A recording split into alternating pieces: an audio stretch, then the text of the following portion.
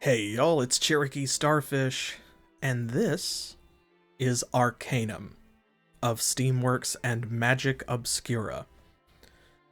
You might not be familiar with this game, but if you aren't, you should be, because it is definitely a classic.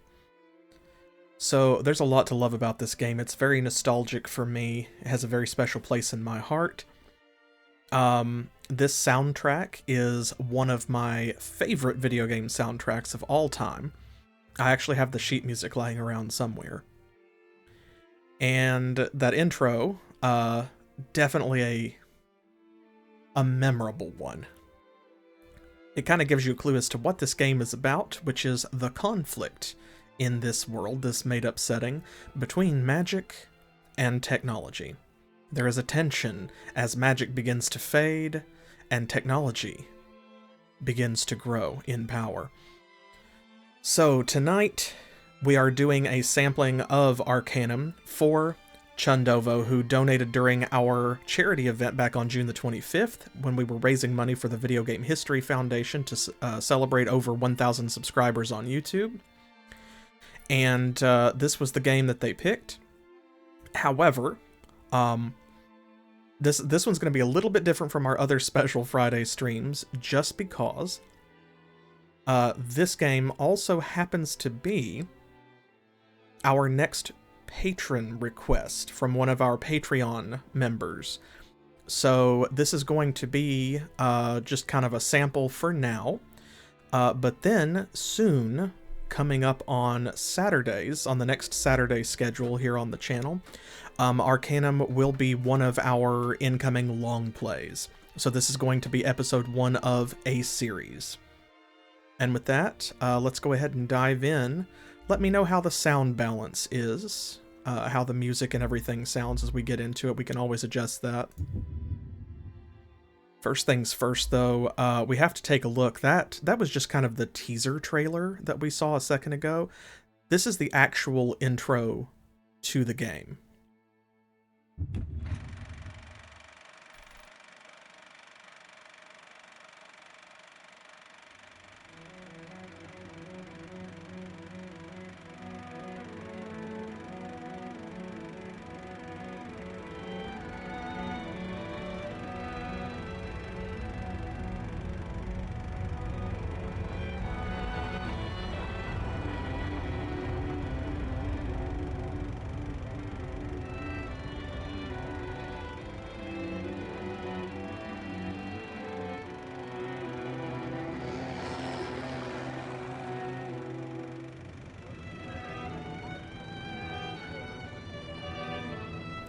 I love that effect right there, the fade from black and white like it's old footage into color, because this is happening right now. Oops, speaking of happening right now,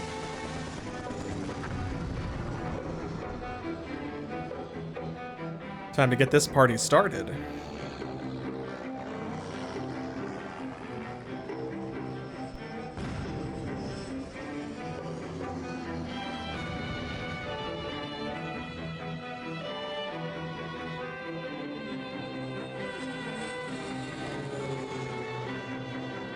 This poor, ill-fated airship.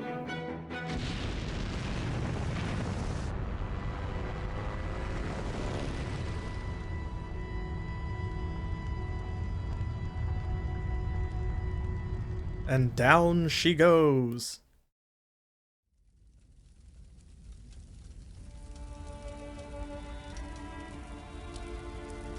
Here's our character looking around. Help me, please. Oh, thank you, my friend. I haven't got much time. You must find the boy. Find the boy and give him back his ring. He will know what needs to be done.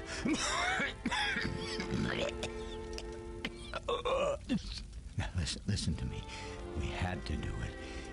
He did unspeakable things to us. We had no choice but to do as he said. There are so few of us left, but the work is almost finished. And then the evil, oh, you can't imagine. He's coming back to destroy everything. Everything and everyone. Please, just find the boy.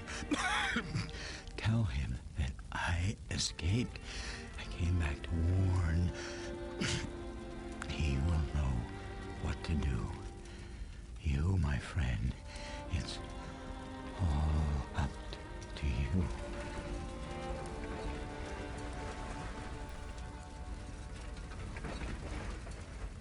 And a mysterious figure appears.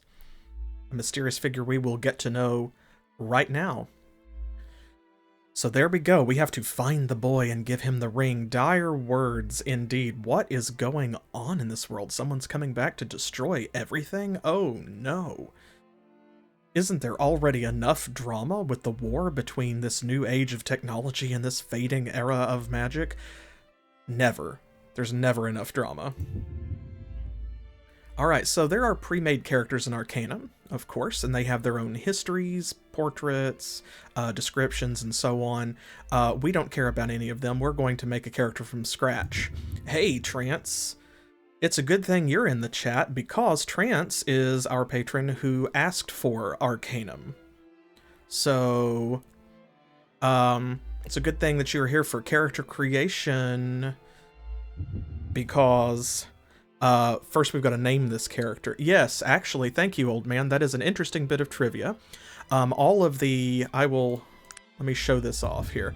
So here are the pre-made characters, like Merwin Tumblebrook, Godfrey Castleberger, Horace McGinley. Each of these. See, Solomon Doon, Victoria Warrington, Clarice Vorak. All of these people, any of them whom we do not play, will have died in the crash. These are all passengers on the IFS Zephyr.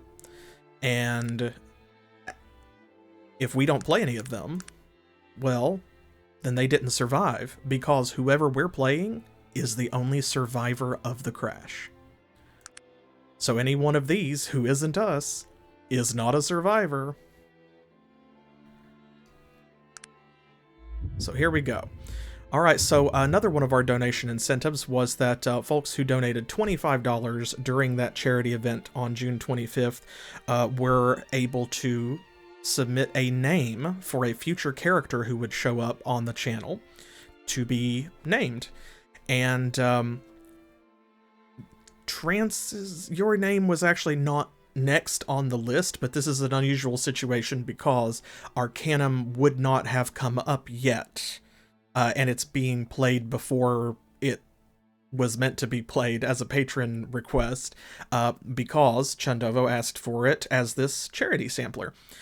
So in order to make sure that you get everything out of it that you can, we're going to use your name, and then we will go back for the next game coming up, which is probably going to be Might and Magic 8. So,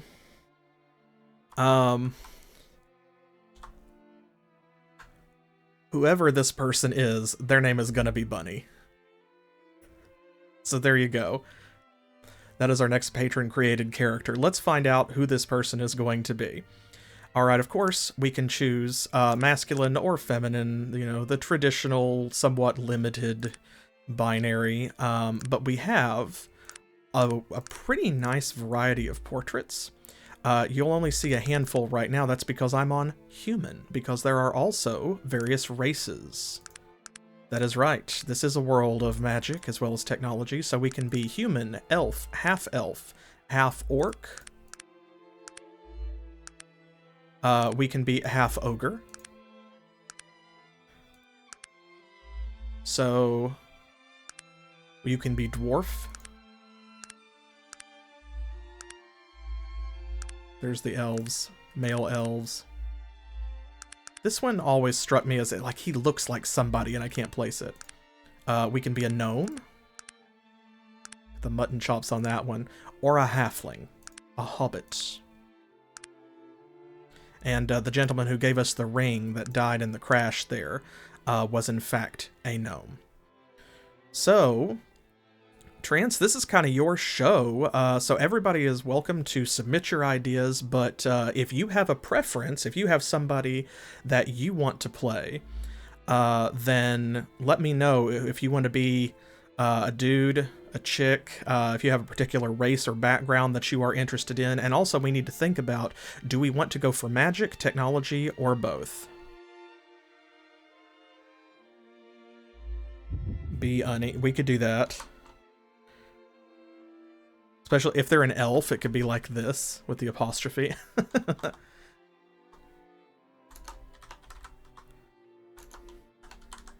Be Unny Esquire. Yeah, so that is kind of true. To get the most out of the game, it is best to either lean all the way into magic or all the way into technology, because one of the gimmicks in Arcanum is you actually have a meter. You have an alignment meter as well that swings between good and evil, and that affects how certain characters react to you and who can be in your party. But you also have a magic and technology meter. The more magically powerful and adept you are, the worse technology functions both against and for you. So that means if you're a powerful mage, guns that are aimed at you might misfire and blow up in the hands of people trying to shoot you. But it also means you cannot ride the train because you will cause it to break down or crash. On the other hand, if you are highly technology oriented, if you have a high technological affinity, then that means that you have trouble casting spells and eventually cannot use magic or magical items at all. But on the other hand, there are all kinds of cool recipes and there's a crafting system that you can tap into to make some really cool stuff, including things that you cannot buy in shops. And that's the only way that you can get them.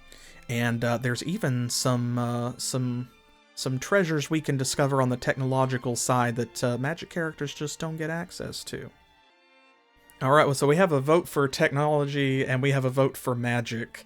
But Trance, I'm going to give your decisions precedence if you have a preference one way or the other. So what are we thinking? We're thinking female elf, male half-ogre, technology? Okay. That's fine because I almost always play magic as well, actually, and realistically speaking, magic is the easy path in here because there's a spell called Disintegrate, and you can get it fairly early on in the game, and if you have it, the game is basically over at that point because you can even use it on the final boss, and it's like a one-shot kill on everything in the game. So there's that. Magic is the easy button. Now it still has a very interesting story and is worth playing for sure, but if you want more challenge and you want more depth out of the game and out of the gameplay, technology is probably the way to go. Alright, so technology it is. So what are we playing? Oh, by the way, in case you did not see this, if you are a dwarf, a gnome, or a halfling, you can only play a guy. For whatever ridiculous reason, they decided that you can't have female dwarves running around in the game, you know, so. That is pretty funny, Lordly, yeah. Oh, actually, okay, that makes more sense. Oh, because this game was made by Troika Studios. It was their first title, and Troika was founded by former Fallout team members like Tim Kaine. And this was a hell of a debut title because Arcanum was a great game for its time. Has it aged well? I don't know about that. There is a fantastic unofficial patch that you can get for it, and I am not using that today. This is Arcanum as it has always been. I think it still holds up, especially the music. But yeah, I believe that because of budget constraints and time constraints and stuff like that, that probably there were things they wanted to add that they couldn't. So, a suave femme nerd. Half-elf, let's see. So let's take a look. Elves get +1 dexterity, willpower, and beauty. Willpower is your magic stat in this game. Intelligence governs technology. 15% bonus to magical aptitude, but -2 constitution, -1 strength, oh, and -2 ranks to all tech skills. Okay, so elves are anti-tech. On the other hand, we have half-elves here. Lose 1 point of constitution and 1 rank to all tech skills. Okay, so it is a watered down version of elves, so they are a little better with technology and a little bit less magically powerful. So if you want to go full tech, we probably need to play a human or a half-orc. Oh, I forgot, there's also no female half-ogres, but you can be a half-orc. Let's see, half-orcs get +1 constitution and strength, 2 ranks, 2 free ranks in melee and dodge, 10% poison resistance, but they have -2 beauty and charisma because people are racist. People are always racist against orcs. Humans have no special modifiers. They are, as usual, the measuring stick against which all other fantasy races are compared. Yeah, because different sized characters of different races in this game do have different models, like completely different models. So I imagine that makes sense that, you know, if you had, because dwarves, gnomes, and halflings are the small races and half-ogres are the large ones, whereas humans, elves, half-elves, and half-orcs are all medium-sized. So you'll notice that all of the medium-sized races you can be male or female, and it's the large and small races that you can only be male. So it's like they got it halfway done and then had to stop. So human is definitely the easiest way to go. Elf or half-elf would be a serious challenge if we're going to go technology. Half-orc could be fun and interesting. Human. Alright, let's do it then. Which portrait do you like? We have this distinguished lady. That's my favorite for sure. This one, pretty good. I mean, they're all pretty good. I like the artwork in this, and I love how they really lean into the kind of Victorian aesthetic.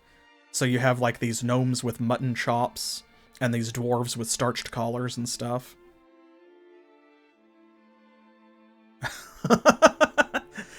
You could do a low intelligence run with magic, but a low intelligence tech run basically means you're just going to be hitting someone with a club the entire time, because that's the highest level of tech you can use.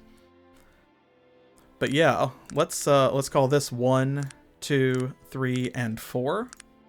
So tell me which you prefer while we look over some backgrounds, because your character can have backgrounds in this game, and some of them are pretty fun. They all have really interesting... So you start with Raised by Snake Handlers. You receive a 20% increase in poison resistance, but you have -1 beauty because you have all kinds of snake bite scars on your arms and legs. 1 or 2? Okay, then let's go with 2, because that's my favorite. Oh yes, no, that is true. Thank you, old man. Also, you may notice here, you can watch up here on your stats. It does change your stats. Men have +1 strength and -1 constitution. Women have +1 constitution, -1 strength. Yeah, basically. If you're gonna do it anyway. Oh, here's my favorite. Beat with an ugly stick. You are ugly. There is just no other word for it, unless you consider hideous a better word. Children flee from you in terror, and even the kindest of souls finds it difficult to stand in your presence for long. As a result of your countenance, you take an extreme penalty to beauty, -6, but because you have had to defend yourself from frequent attacks, you gain a bonus to strength and dex, +2 to each, and a slight bonus to all of your combat skills. People basically think that you're Frankenstein's monster. I know that is a lot. I will definitely put timestamps on the YouTube version, because I know some people don't want to sit through as I'm like reading and explaining literally all of this. And you know, they don't want to go through character creation, and you would rather just skip to the action. So if you get down in the video description, you will be able to skip past this. I'm going to suggest Bookworm.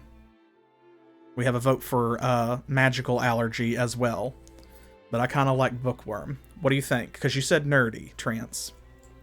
Bookworm, sickly, or magic allergy. So Bookworm has the most mild penalties, for sure. I like this because actually your perception can be offset by wearing eyeglasses, which is kind of neat. Magic allergy is a freebie if you're not going to use magic items anyway, so it's just a flat bonus to technology, which is not bad. Sickly can be interesting because you have a massive bonus to your intelligence, which is what you need for technology anyway. But we are not a melee character. We are not tough. And even if we are using guns, we're going to have start with a penalty we have to overcome. So I think all three of those are interesting. Do you have a preference, Trance? If not, I think I'm going to go with Bookworm. All right, let's do it then. So here we go. Be Unny Esquire, our female human bookworm.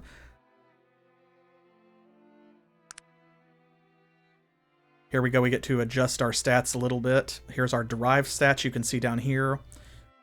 The rate at which hit points are recovered, poison recovery, your reaction modifier, that's the initial reaction that others have based on beauty, maximum followers you can have at one time based on charisma.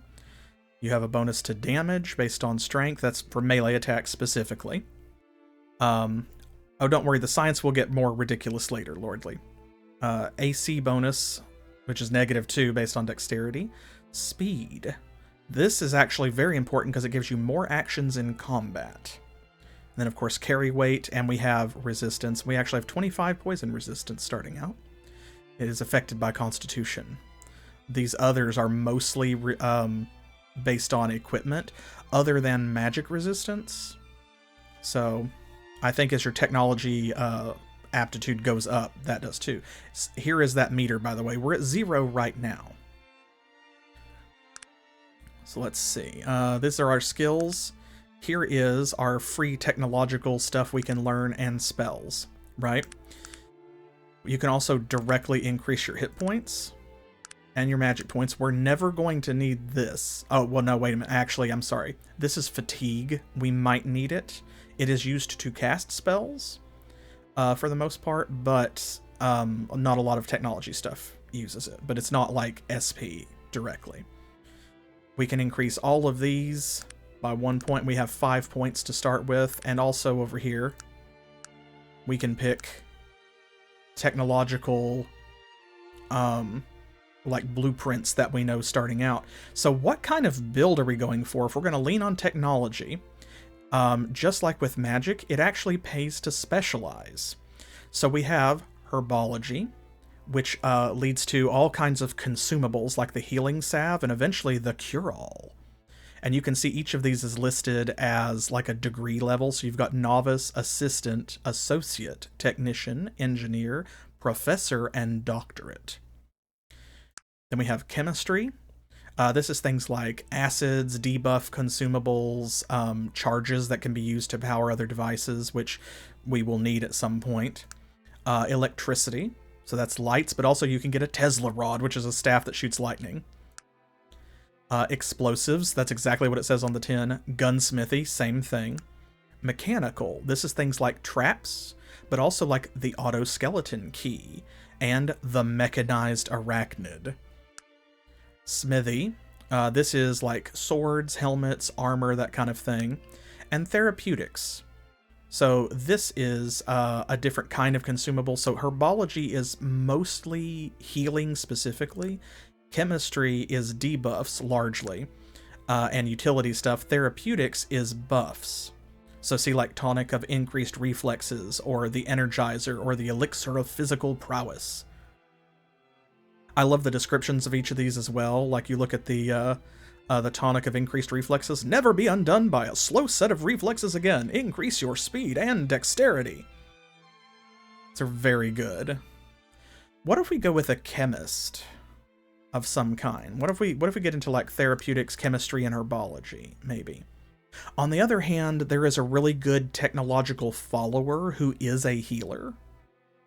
But her skills would not be as good as ours if we specialized, and if we were a healer, that would give us the opportunity to take other characters. Yeah, what do you think of that, Trance? You want to focus on that? And of course we can still, like, one of the great things about this versus spells is you cannot find spell books that will teach you spells you don't know. You just have to put points in them as you level up.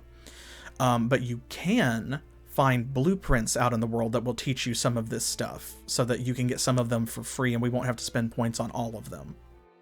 Chemist? Okay, let's go with it. Unless you would prefer engineering or electricity. I'm totally fine with that. I will play whatever. So you decide which you would like. If you want to do mechanical, if you want to do electricity, we can focus on both of those, and there's some really good stuff in both.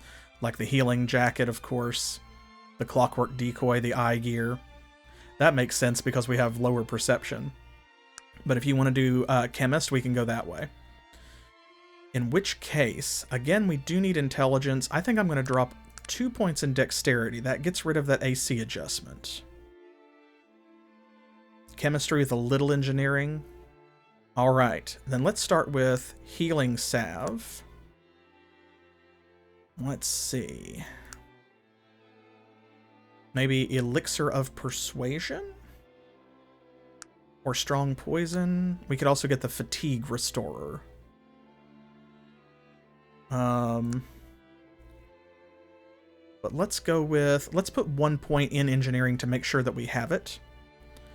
And you do mean, when you say engineering, you want mechanical, right? As opposed to, like, do you guns?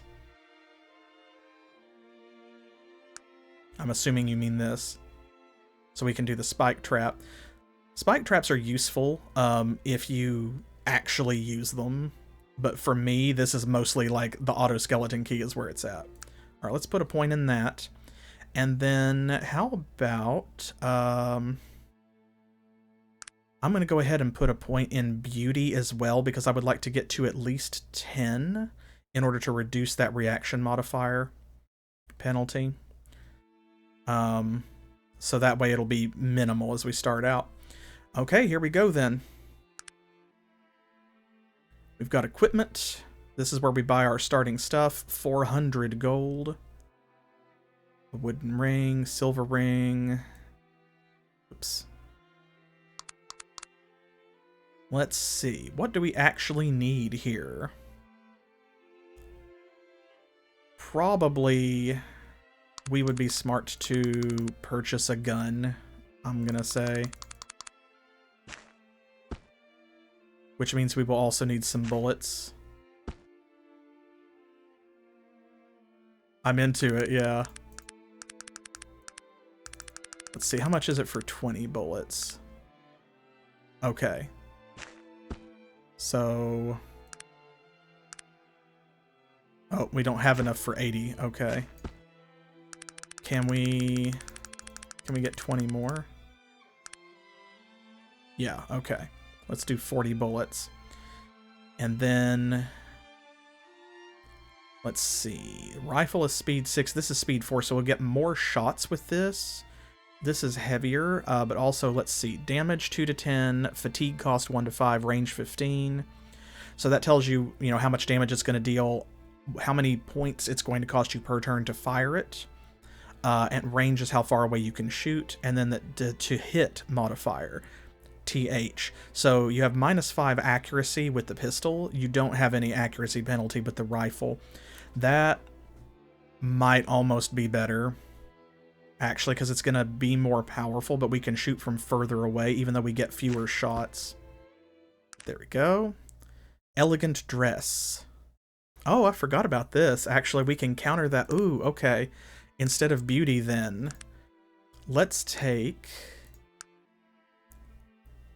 rather than elixir persuasion, how about we go with strong poison, because that will unlock charges. That also makes sense with the Marie Curie thing kind of going on, because then what we can do... see, this is AC 2 and damage reduction +1, or we can take this. This is the same thing, but also +20 reaction. There we go. I was thinking the boots. Okay, but we'll pick up some other equipment, so let's do that. We'll start with 25 gold left over. We've already seen the intro, so I'm going to skip this. Can't believe it. I mean, you and then the Zeppelin and the fire. And the altar says that... do you have any idea what all of this means? So this is the mysterious hooded figure we saw looming out of the smoke toward us at the end of the intro. There is the gnome who just died, who gave us the strange ring. And also, you may have noticed the chorus of death cries in the background. Those were all of the pre-made characters we did not pick, passing away because we didn't pick them. So it throws you right in. Yes, actually, you can. Indeed. Yeah, that is a little annoying, so if you make a choice you don't like, you have to back out and then pick everything out again. But... what are you going on about? You speak! I mean, of course you speak. What am I, a blathering idiot? Wait, what did you say? Maybe I should be writing all of this down. He fumbles in the pockets of his robes. I'd like to help you out here, but I'm a bit confused. I am at a loss here. I don't quite know what to do. I mean, you are the... Oh, of course you are. I mean, you do know who you are, right? Of course you do. What sort of brainless, half-baked question is that for what do you call yourself? And some of the dialogue options are great in this game. It's like, am I being unclear? Your babbling is incomprehensible. No, please, sir, slow down and tell me what it is that you're saying. Please, forgive me. I'm making a bloody mess of this whole affair. My name is Virgil, madam, and I'm new to the Panari religion. Your religion, and I... Oh, wait. I hereby dedicate... commit my life to the living one. I, Virgil, am at your service, madam. So, yes, the living one, and he is a member of the Panari. Virgil is. All will be explained. Virgil, please, you really need to explain things here. Yes, of course. You see, you're him. I mean, the reincarnation of what's his name? I can never remember. And I'm always getting him mixed up with the other fellow, the bad one. You, well, you know how all of those old elven names sound the same. I don't think I'm quite getting the gist of it, Virgil. Yes, right. Just give me a moment here. You see, the Panari, that's the religion that was formed around the things that he said. I mean, that you said. Oh, forget it. Let's start at the beginning. Or this beginning, since there is a lot more that came before this. You are the reincarnation of a powerful elf who the Panari worship, and whose name is, Yes?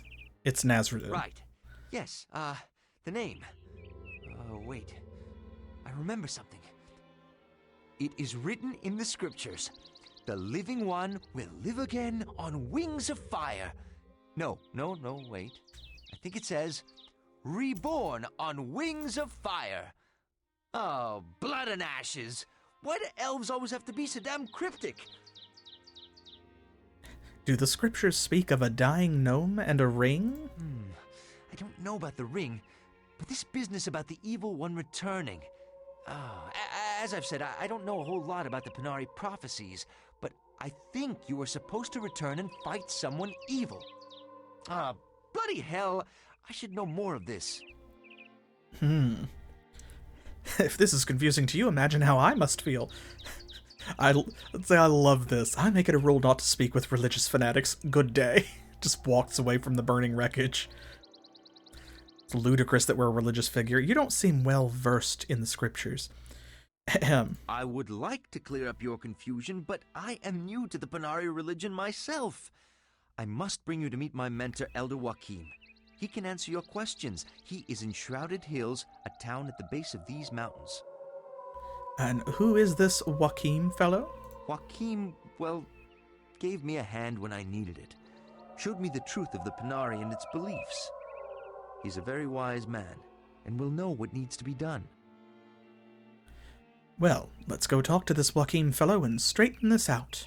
The path out of here leading down to Shrouded Hills is down to the southeast. We'll stop by the Panari shrine on the way out. See if it makes any of this any more clear. We should look for any other survivors before we leave, though. What do you think? No, I couldn't care less about these unlucky buggers. Let's go. No, definitely agreed. So, Preston Radcliffe, that is the gnome who gave us the ring. And you will see Virgil has now joined our party.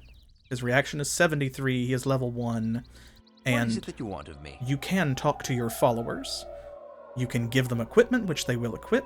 You can ask for healing if they have the ability to do so. You can ask other questions about their backstory and stuff like that, or you can request that they do specific things. So, Virgil is a magic user. He focuses largely on white necromancy, which is healing magic. We'll see up here, we've got our stats. All of our skills, which I did not show off earlier. So bow, dodge, melee, and throwing, those are our combat skills. Backstab, pickpocket, prowling, and spot trap are our thieving skills. Social skills include gambling, haggle, heal, and persuasion. And then under technological skills, we have repair, firearms, picklocks, and disarm traps. So, we did not put any points in these because, like, we will level up over time. Don't worry about it. Here is our diary. So, January 1st, 1885 at 3 p.m. It seems as if only I have survived the crash of the IFS Zephyr. The Zeppelin was unexpectedly set upon by strange flying machines. Among the wreckage, I found a dying gnome who gave me a signet ring and bade me find the boy who owned it, with a vague warning of something that is almost here. He also said that he had escaped, but I have no clue as to where he escaped from. 3:29 p.m., after I dragged myself from the wreckage of the Zeppelin crash, I was approached by a monk of the Panari religion. He seems to believe that I am the living one, the reincarnation of some deity of theirs. And over here we've got quests. Discover the origins of the strange ring.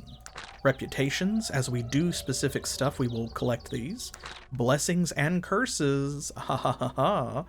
Kills and injuries, these are basically our stats. You can get injuries such as breaking a leg, losing an eye, having your hand cut off, things like that. Some of them can be permanent, some of them can be temporary, some of them can be treated, and some cannot. Those are mostly the results of you getting hit by a critical hit.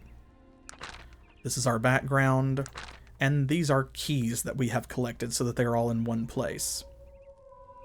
I just realized I should probably... Oh, wait a minute. Where are our options? I went into combat mode. This is sleep. Let's see. Combat mode, it should be turn-based. There we go. There, that will pause it. Real-time combat in this game is... not worth it. You can see here are our action points, and green is if we can afford something, red is if we can't, orange is what we're spending, you know, what we'll have left over, that kind of thing. We've got our maps, and here is the world of Arcanum, and there we are. Shrouded Hills. There is the remains of the crashed blimp. So, actually over here you'll see these coordinates. If you know the coordinates, you can actually set a path to go specific places and travel. And you can go to places before they have been revealed, and there are some places you can only find by exploring if you don't have the coordinates. Pretty cool. And our inventory. So, let's see. I'm going to put our lockpicks down here. I'm going to put our healing salve and our antidote there. Bullets will be used automatically. Gold does take up space in your inventory, but it doesn't weigh anything. And then here's the ring. An old silver ring. Almost said odd. The initials GB are set in relief upon its face, and the words P. Schuyler and Sons are inscribed on the inside of the band. We'll wear that just to save space for now. And over here it shows ammunition that we have, like charges. This is fuel, bullets, arrows, money, and thankfully there is an auto sort button. You can also put things in your hand to use them, or you can drop stuff on the ground. Alright, let's see what we can find. Let's pick up some wine. We're going to pick up everything that we can find because we'll be able to sell it later.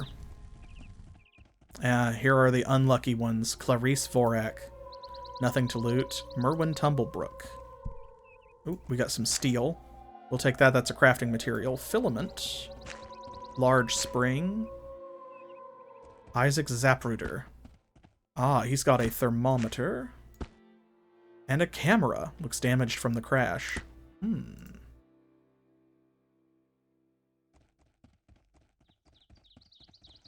Muck Evil Eye.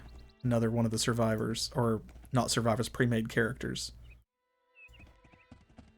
Filament. There's going to be stuff all over the place. Oh. There we go. We got attacked by wolves. So here we go. Virgil's got his staff out. There's the ailing wolf. Reaction to hatred once again. Wolves get a bad rap. So, that's okay. Because we have a pistol. And you can see down there what it's going to cost us. Oh. She just ran for it. Okay, I don't know why she did that. She has a gun equipped, so I'm not sure why she did that. Well, she ran up to it to shoot.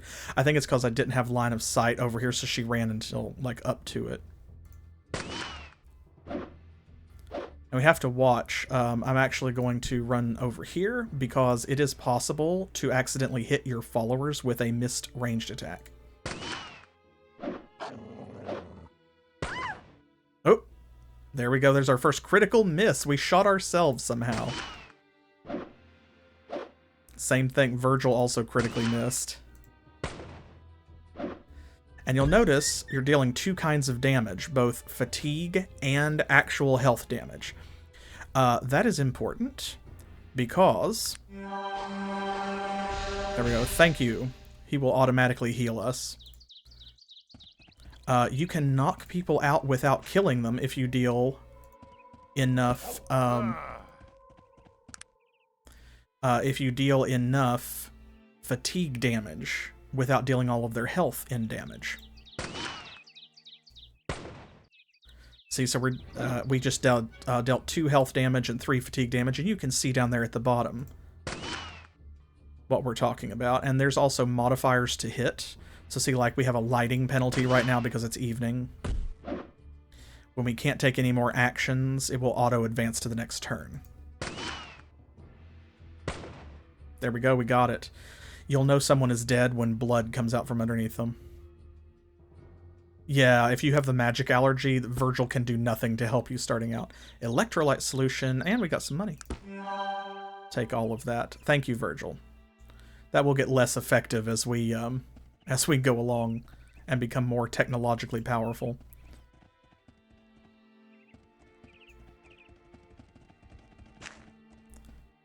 Okay, well... Gonna keep picking stuff up. We need to explore a little bit. Oh, there's some Kadura stem. We want that.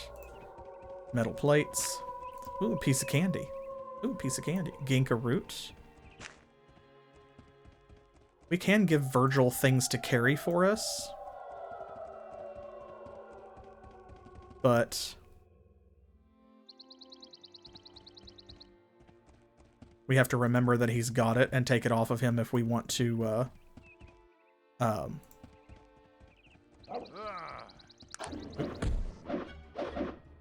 I said combat mode. Hello? I don't want to... Oh. What happened? Oh, it turned itself back on. I don't know how or why. I may have hit a button.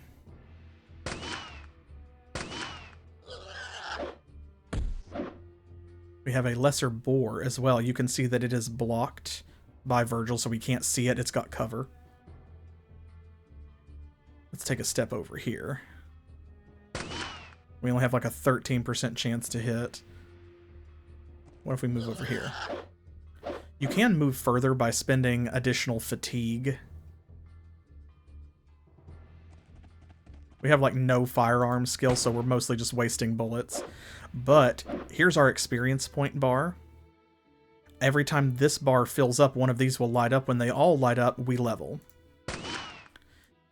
And experience in this game is earned per hit. That is why I am shooting. Because even though we don't have a lot of skill or ability to hit... Ah, here we go. See, it's knocked out because he took all of its fatigue before he took its health. Now we can shoot at that because we have a 48% chance to hit that. And if we miss, we'll probably just hit the wolf. Like so. Are you blind? What in God's... I mean, better luck next time. Your followers will comment if you get a critical hit or a critical miss. Nice. Excellent. Yeah, I don't know what happened there. Somehow I turned... Let me see. Is it space? Is that what I hit? Yes. Okay. I thought space activated combat mode. No, it changes it. Excellent! Thank you. But yeah, we have no firearms skill. So, I still need to shoot to try and get experience points. You can see we've earned some for those hits. But we're not going to be very effective at the outset. You can see the gun in her hand, though. She means business. There are no attacks of opportunity, thankfully, so see, we have an 18% chance to hit from here, just like we have from anywhere else. I'm wasting a lot of bullets. But I'm trying to... This way I can kind of kite the wolf. Oh, he ran out of fatigue, so he can't run.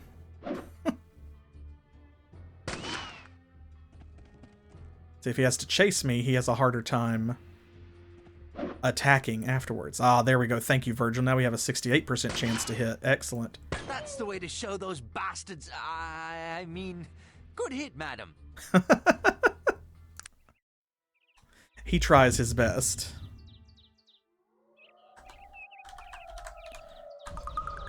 Let's give a save, because we have not done that. I would hate to have to start over. Oh yeah, we get fate points as well. Explain that when they come up. Ah, and here we go. A kite shaman. Reaction is courteous for now, and so is the wolves. Notice that. Until they see us. And then they go hostile. It cast an entangling spell on us.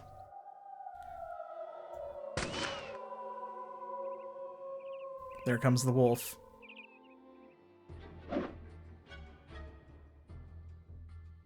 We cannot move while entangled, of course.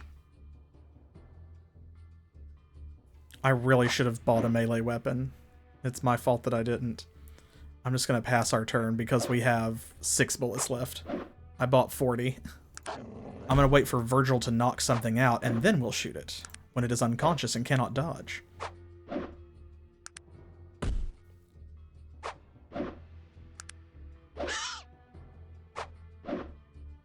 Because some attacks are more specialized and they will deal fatigue damage, like versus health damage. It can be useful to build your fatigue up so that you have just more, basically of that bar, you know, like more of your other kind of hit points. But as a tech character, that's mostly what it is for. Versus, Virgil healed us.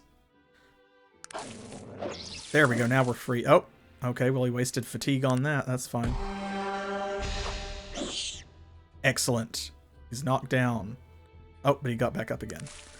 He gets knocked down, but he gets up again. Ah, now we have a 48% chance. He got a critical miss and stunned himself. Boom. Oh, really? 48% chance? It's okay. Come on. There we go. That's something anyway. Got him. Excellent.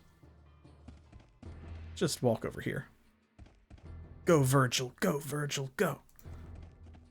We have 1 bullet left. That's okay, because I think this guy drops a knife.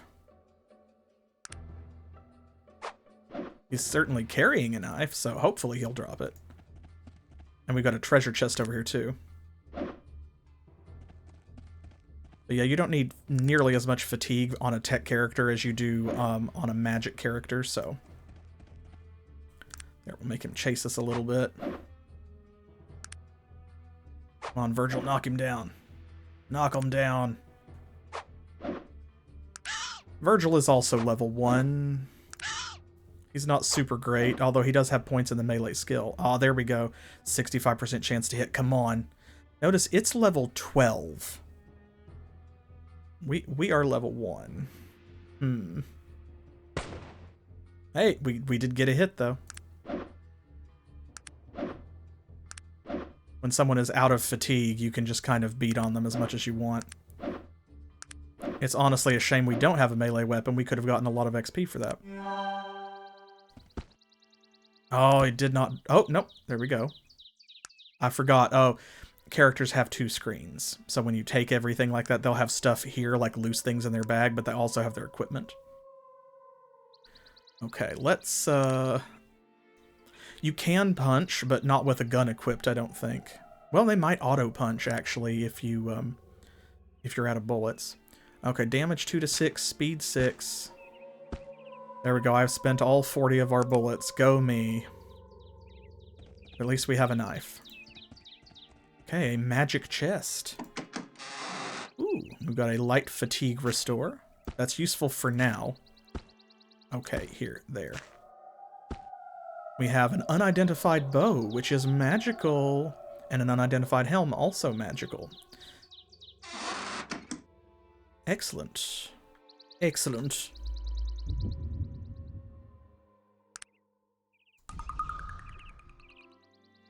Okay, now that we have a knife...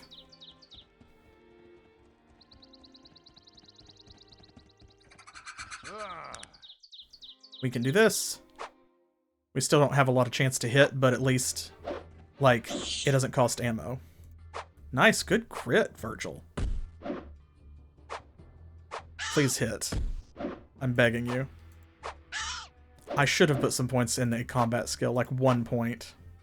I knew this was going to happen, but I was trying to not min-max, but like get us off to a good start. Oh, it killed itself with a critical hit.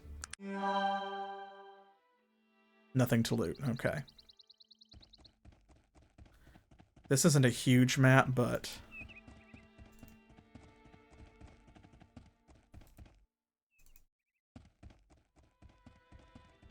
sometimes they run and sometimes they don't. And I can't remember...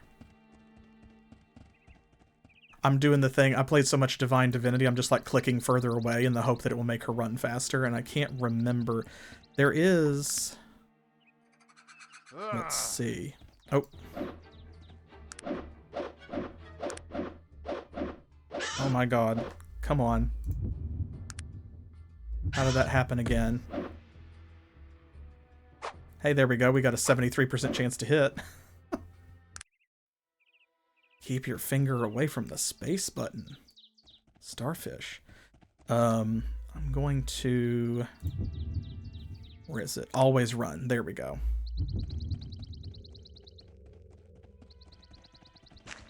That is much better.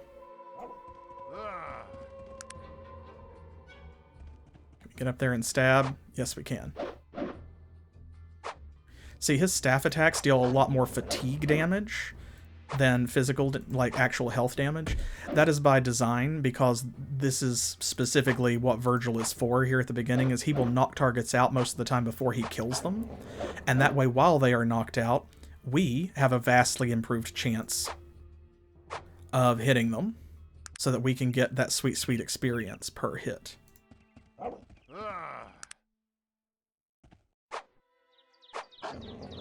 Ooh, 2 hits in a row that time. Hey, we got one.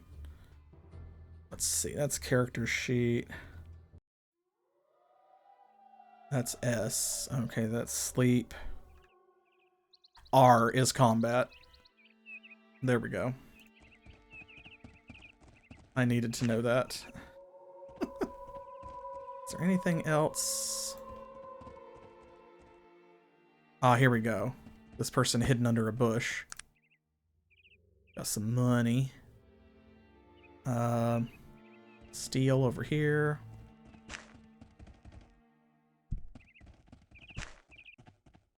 We haven't come this far south yet. Oop.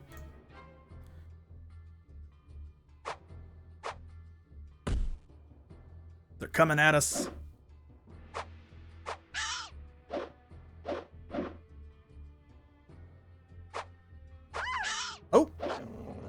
critically hit ourselves. It's okay, Virgil can take care of us. Ooh, we're getting close to a level.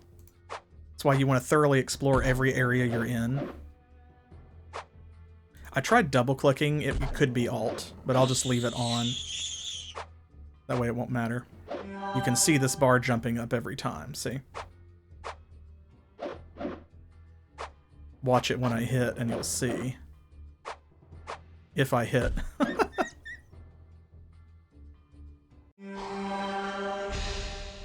Okay.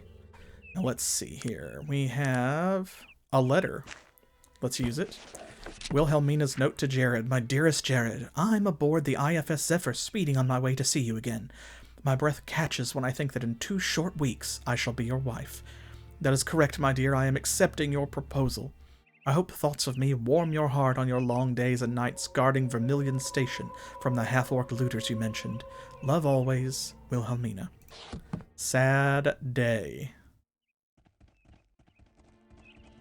Don't think she has anything. Most of them don't have anything, but enough of them do that you have to check them all. I don't think it's randomized, though, to be clear. Like, the same characters have stuff every time. Now, they might not have exactly the same stuff every time. Okay, there's a monument, so we don't want to go that way yet. We have more exploring to do. Let's look at our map. Oh yeah, you can set waypoints here as well. And then people will move automatically so that you don't have to control them.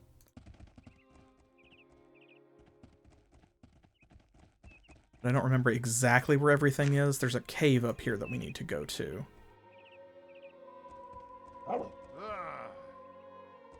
Stab, stab. Another critical miss. Oh my goodness. It's a good thing we didn't take, like, the Nietzsche poster child. We would have killed ourselves by now. By accident. So obviously a red circle indicates an enemy character, green indicates a friendly or neutral, and yellow indicates someone who is, they've had a morale break and they are running away from you. Some enemies, that will happen as well. Oh, come on. Are you blind? What in God's... I mean, better luck next time. I love how he's like says something before he can stop himself. Oh my goodness. Even when it is unconscious and not moving, we cannot hit it because we only have a 71% chance. That's always so funny in any video game where that happens. Okay, we will come back to that cave in just a hot second. I'm gonna grab the rest of this stuff. I'm gonna save again as well.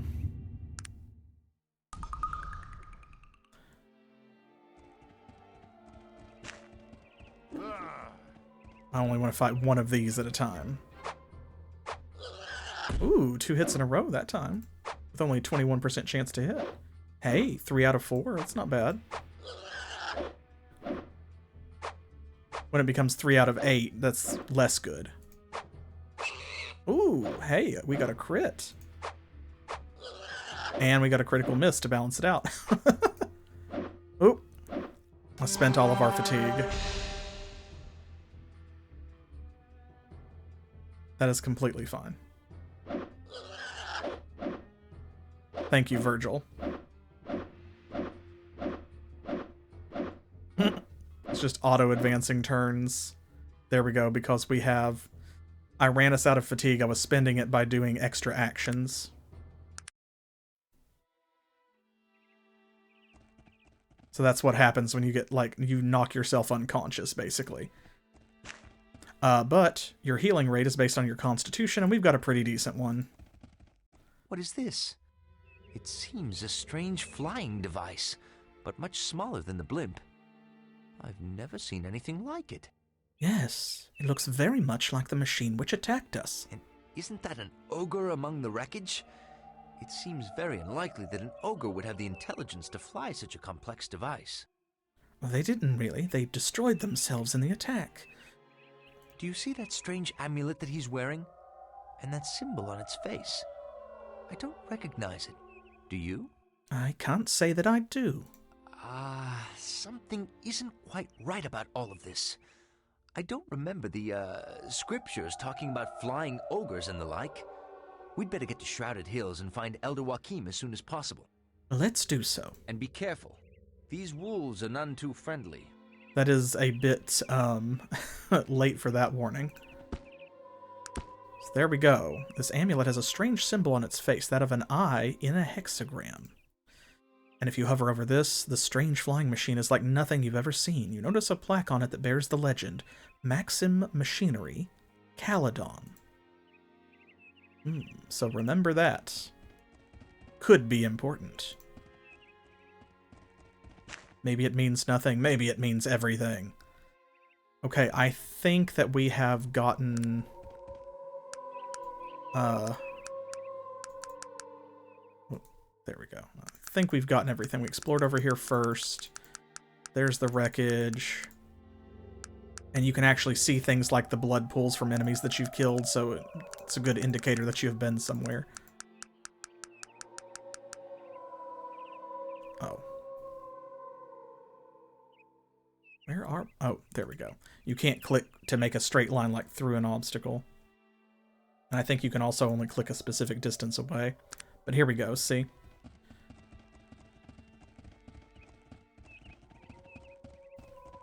And they'll just follow the trail that you set.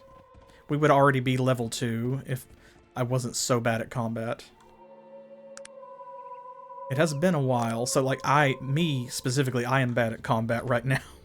It's been a long time since I played this game, sadly.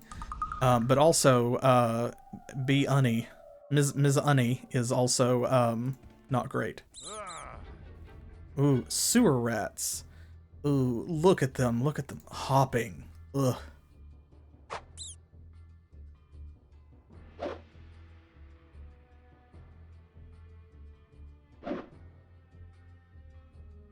We have a very low chance to hit because you can see they're in darkness. See the light penalty down there?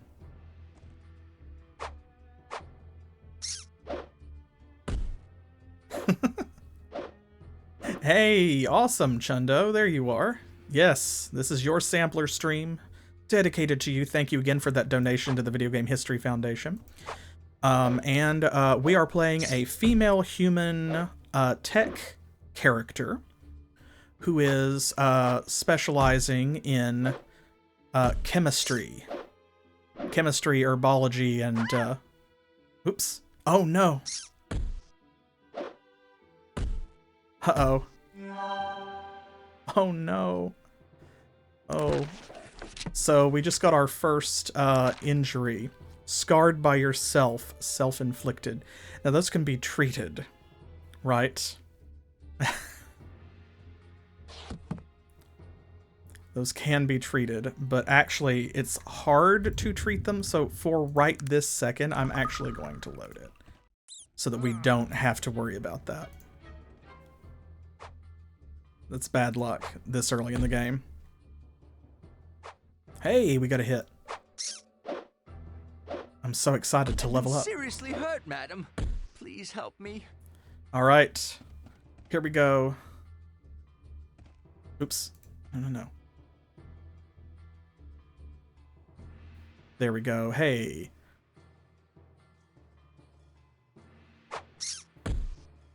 There we go. Fulfilling our role as a healer. I'm going to have to load it again against these damn rats. Lol. Oh, we got one. Hey. Oh, there we go. We leveled up.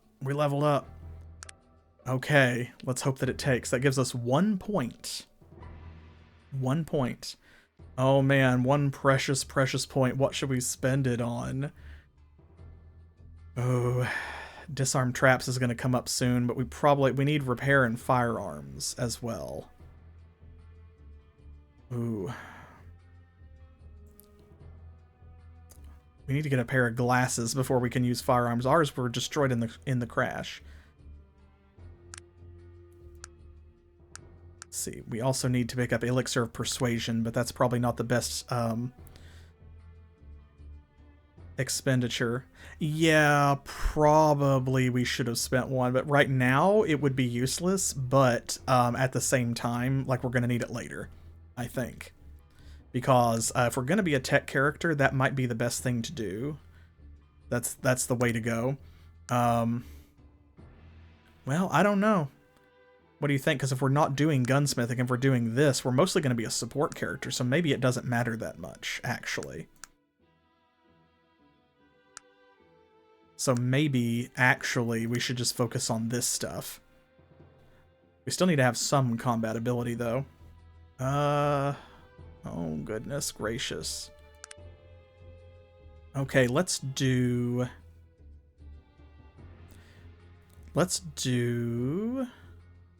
disarm traps.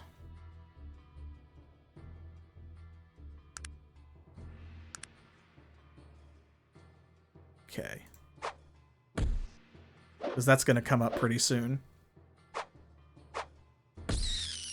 Oh my gosh. It killed itself with a critical miss. We are doing nothing to these rats. Oh, we got a 57% chance to hit that one. Oh, it's like knocked out. There we go. That's better. Come on, there's one left. We can do this, Virgil. Oh, I got a hit. He stunned himself again with another critical miss. Oh my god. We have 1 fatigue. At least it's hitting Virgil. Oh, good, he dodged. He's got a point in dodge, so...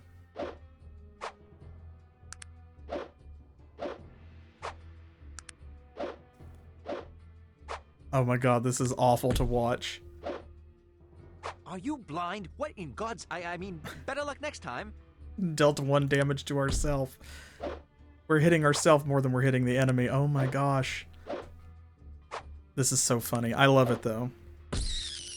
Hey, we did it, though. We did do it. Oh my goodness gracious. Okay. Let's... Oh my gosh. There. Oh, did you pick it up? Yes, okay, he picked it back up himself. Good. Junk pile. There we go, we got some saltpeter. We can use that to make bullets ourselves. Got some arrows. And the dodge skill is going to come in handy. That's something you should put points in no matter what kind of weapon you're using. Okay, that is all the rats at the moment. There is 1 barrel.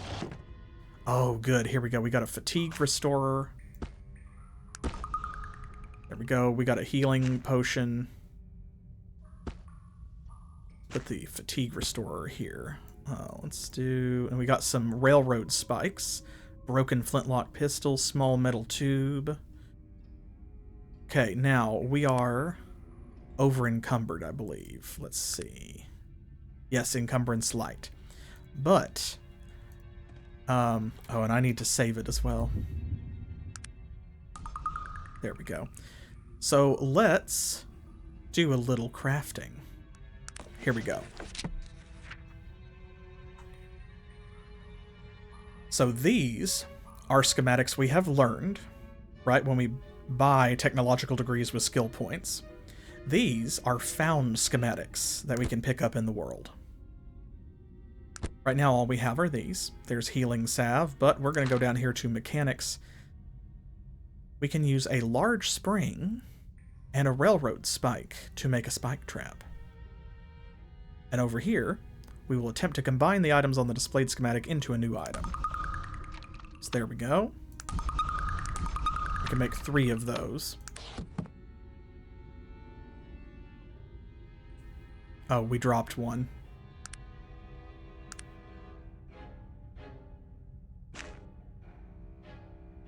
There we go. So now I'm going to put these right here. It shows that we have 3. And actually, I'm going to rearrange this a little bit. I'll put our magic stuff over here.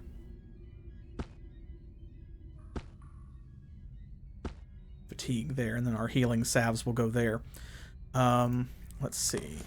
We can make some healing salve, actually, so we probably should. That's ginkgo root and kadura stem. There we go. And you make like a bunch. See, it doesn't just make one. We've got 20 of them. Excellent. So that's very handy. And our encumbrance is still light, but we can deal with that. So here is what we are going to do. Let's set a trap. Let them come to us. There we go. Oh, and see that? Oh man, we got the gore effect. Literally blew it to pieces. See, that's much more effective than our knife. So there we go. You are already seeing the difference. Let's see if we can do that again. Boom, baby. Yep, tech melee can be really powerful, but guns are so tempting. I think there might be maybe one more rat in here. I don't remember. Either way, I'm going to go ahead and save it. And the best part is that spring spike traps are cheap. Oh, good, we got some iron ore, we got some coal, a migraine cure. Awesome. Please help me. Oh, look at this. It's a ghost. Okay, in just a second we will talk to them. Oh boy, now here we go. Oh, we found some bullets. Excellent. We got some money, a stun grenade, an explosive grenade, revolver chamber, an old flintlock pistol. Not quite as good as the one that we have. We got some frickin' dynamite, some charcoal. We got some more railroad spikes. We are out of springs, but that's okay. Yes, gun is very good. That's probably how we will go. Okay, let's see. We definitely don't want to leave this stuff behind. Let's see. A stun grenade. That, and a dynamite. There we go. That should give us enough room to pick everything up, I think.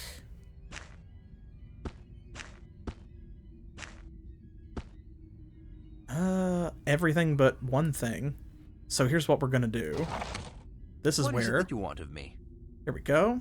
I'd like to trade with you. Oh, he got one of our spike traps and some steel. Interesting. How did you pick up one of our spike traps? Oh, yes. It's a crappy makeshift zip gun. Perfect when you have nothing else. Okay, so what we're gonna do is we're gonna give him some crafting materials because he can carry a little bit more than us, and we don't. Actually, you can keep that. He won't accidentally use those things up, so we just need to remember that he's got them. He doesn't have any bullets, so he won't use the gun. Over. Let's see, the small metal tube, the metal plates.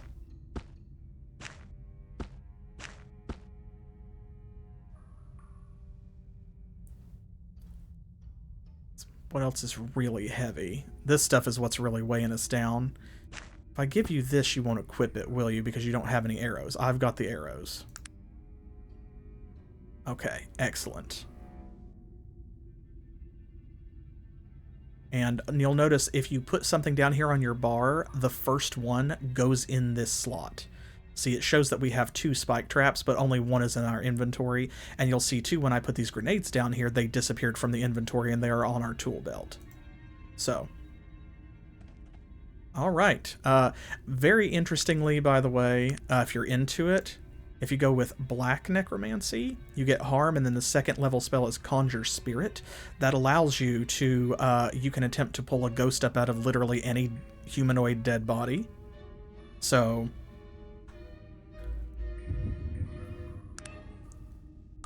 yeah, they will pick up, your followers will pick stuff up by themselves. I just don't know why he had it, because it should have gone in our inventory. But we did drop one on the ground, so I think what happened was I made one too many and he picked one up without me realizing.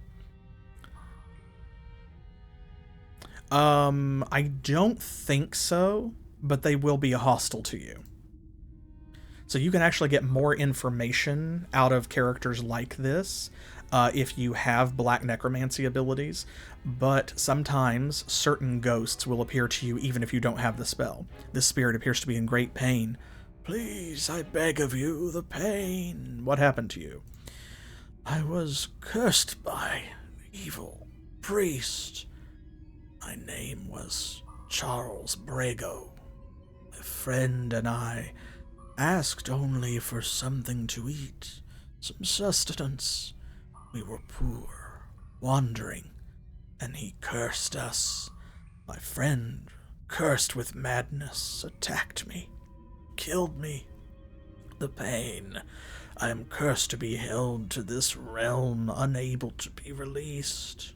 Please, I need your help. What is it that you would have me do? Need to kill priest. Arbala, he lives here. He points at your map. Only his death will free me. Of course, justice must prevail. Please hurry, release me from pain. Okay, so now we have a new quest. The cursed spirit of Charles Brago has implored me to kill the priest who cursed him, Arbala. It is his belief that if I kill Arbala, he will be released from the curse.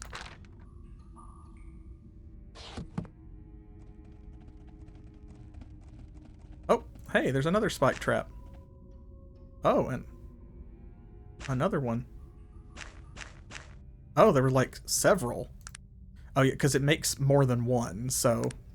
Whoops! That's how Virgil picked that one up. It is because I am the fool.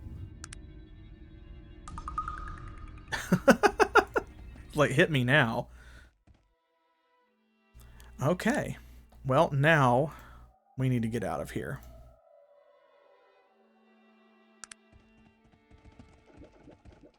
Start heading that way.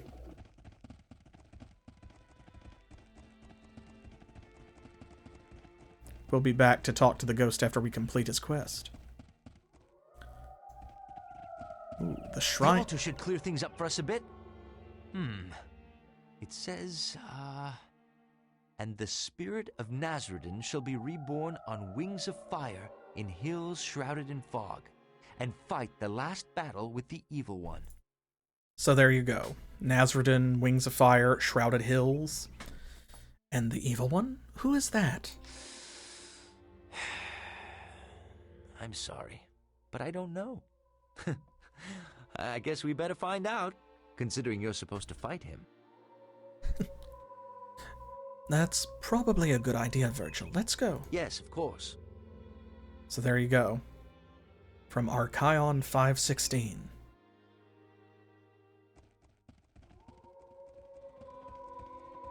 Ooh, a stranger. Elf City Dweller. Level 2. Hold there. What are you doing up here? Who are you to ask? What are you doing here? Good God, man, I just survived a blazing inferno. Or, I love this, I just saw the accident and ran up here as fast as I could. Shall we tell the truth? I like turning it around on him, though. He's just like, now wait a minute. I mean no disrespect, madam, but I don't trust this bastard one bit. Bloody convenient he just happened to show up here just now, don't you think? Excuse my language, madam. What do you recommend, Virgil? I've dealt with buggers, individuals like this before. Perhaps you'll let me talk with him for a few minutes. So yes, depending on what you do in situations like this, it can affect your relationship with your followers and their reaction to you. Of course, Virgil's reaction to us is like 70, I think, courteous. So we'll let him do the talking. Of course, Virgil, feel free to do what you think is best. After all, our charisma stats are the same and I don't have any points in persuasion. Thank you, I'll take care of this. You there! What exactly are you doing up here? And what gives you the right to ask so many questions? I'm just asking a simple question. What are you two doing up here? I'm from Shrouded Hills, a village not far from here, and I witnessed this terrible accident. Is it such a crime to wonder what exactly is going on? Oh, really? Listen, I came from Shrouded Hills myself. It's at least a day's journey from here. There's no way you could have traveled here that fast. I think you're lying, sir. I didn't come from Shrouded Hills just now. I was camping not far from here and saw the blaze. Why are you questioning me? I've done you no harm. No, I don't think you understand. I'm asking the questions here, and I don't like your answers. I'm going to ask you one more time. Why are you here? A cold look comes across the man's face. I don't recommend you speak to me that way, friend. I've just asked a question, and I'm expecting an answer. He looks at us, and then back to Virgil. We can make this simple, or more difficult. Oh, I think difficult is the best way, sir. I find that there's fewer questions afterwards. I'm ready to begin this discussion whenever you are. Haha. Man seems unsure what to do. There's fear in his eyes. Perhaps this is a discussion we'll have later, friend. I'm not sure that this issue will be resolved in no time. Or I am sure. He looks at you, or us, nodding, in his eyes a burning hatred.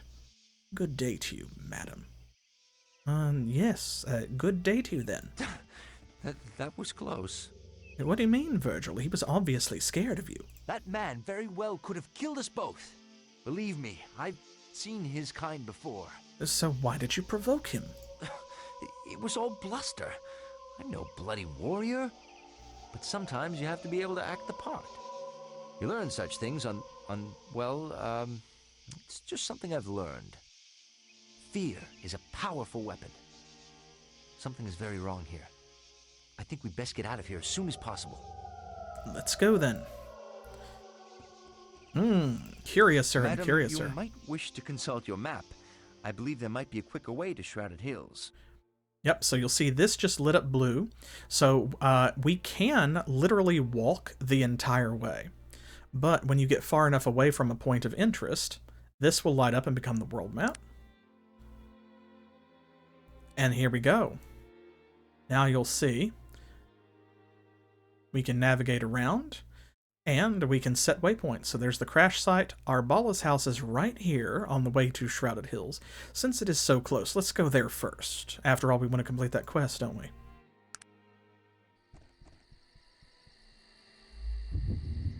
Okay.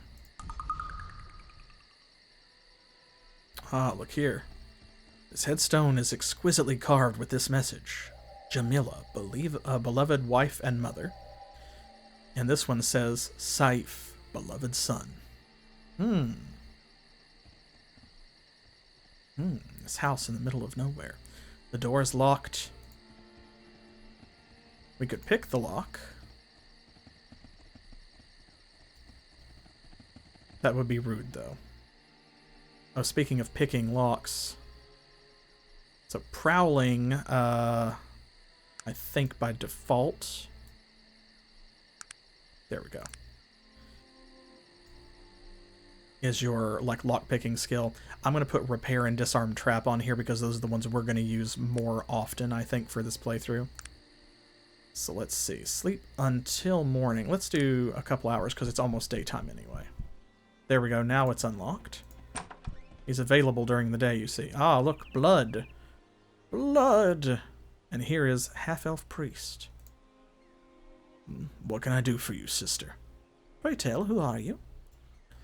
This wizened old priest seems to be in some pain. I am Arbala, he winces. And you are? I am Biani, Esquire. Well, Biani, Esquire, what brings you to my humble farm?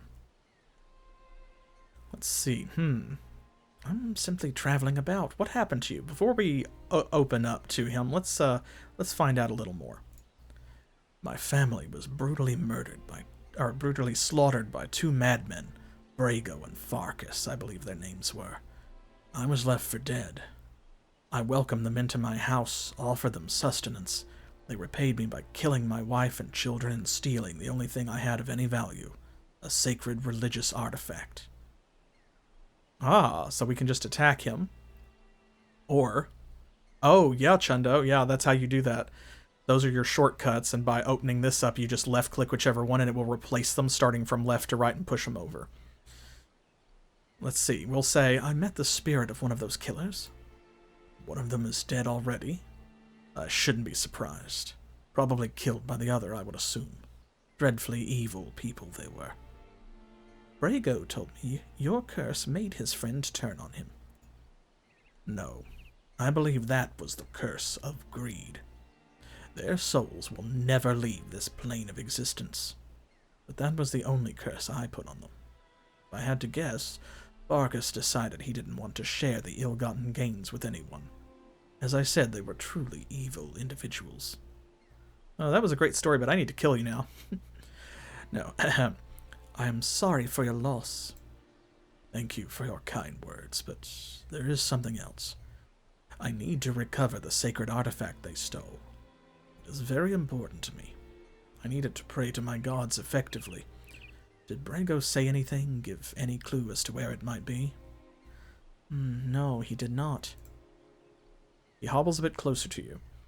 I know it is none of your affair, but could you assist me in trying to locate what is rightfully mine? Oh, you're right, it is none of my affair. Good day. It is the least I could do. Any idea where I should start? Excellent. Perhaps our friend, the late Mr. Brago, would have some information he could impart to you regarding the location of my sacred possession. He smiles at you warmly. I appreciate your kindness, though I regret I have nothing to give you for your help. I will return when I have retrieved your property, sir. All right.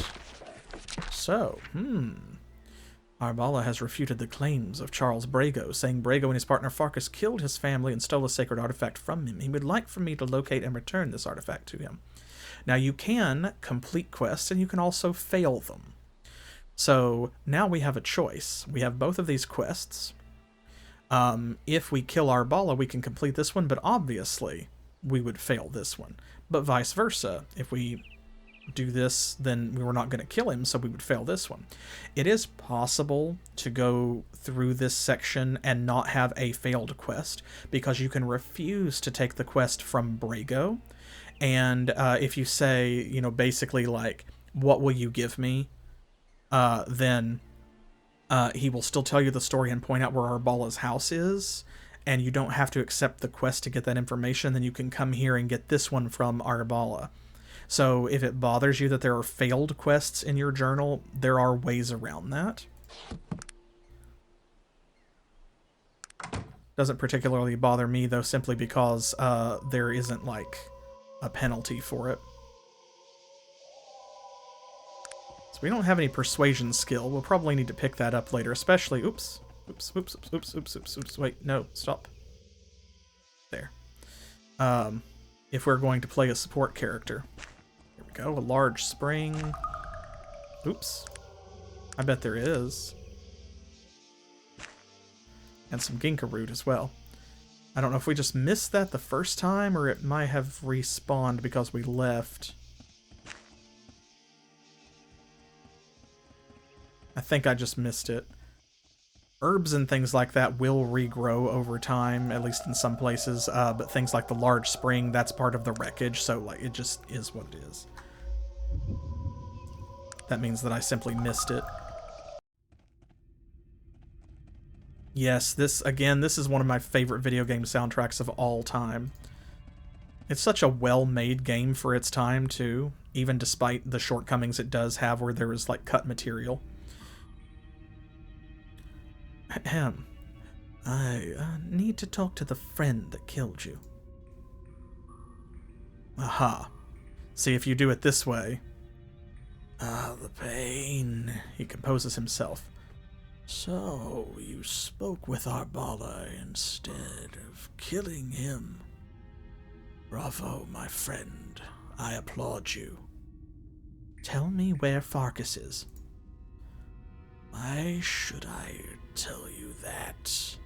I will still be here for eternity. So you can lie to him. Don't you want revenge on your killer? We'll stick with the truth for now. Why would I care?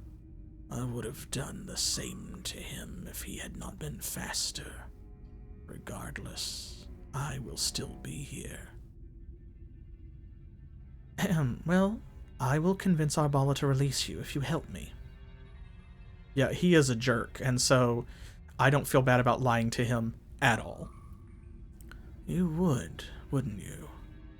If there is one thing about you noble types, it's that you'll do the right thing, even if it kills you.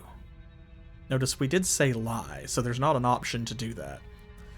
Very well. Anything to be released from this pain. He points to a location on your map. Farkas is here. Thank you. By the way, I lied. You still get to rot here forever. No, it cannot be. The pain. Please, I will haunt you. I will curse your loved ones. Please release me. Oh, God. Oh, no. No. So there we go. Botched. So if you don't like having that in your book, that's how you do it, is just don't accept the quest from him. Don't promise to kill Arbala. When it says, like, justice must be served. Instead, you can just ask him for more information, and then you won't get that quest. I don't mind lying to him, though, because, as you said, old man, Brago is a jerk. He deserves what he gets.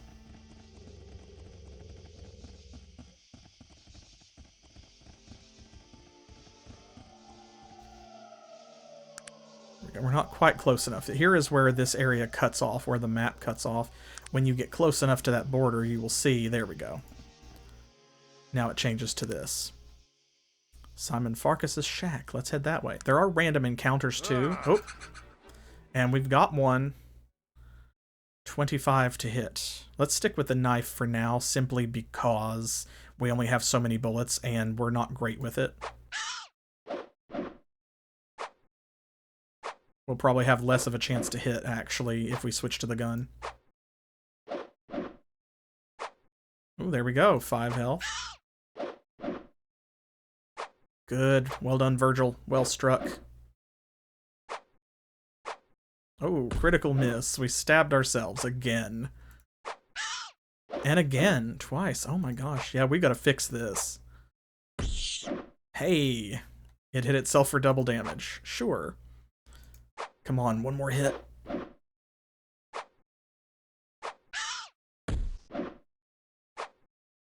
Oh my goodness gracious. There we go, we got it. And grab this Kadura stem. You can find stuff out in the wild, of course. Since this is not like a location, it is just out on the world map. We can go ahead and pick up where we left off.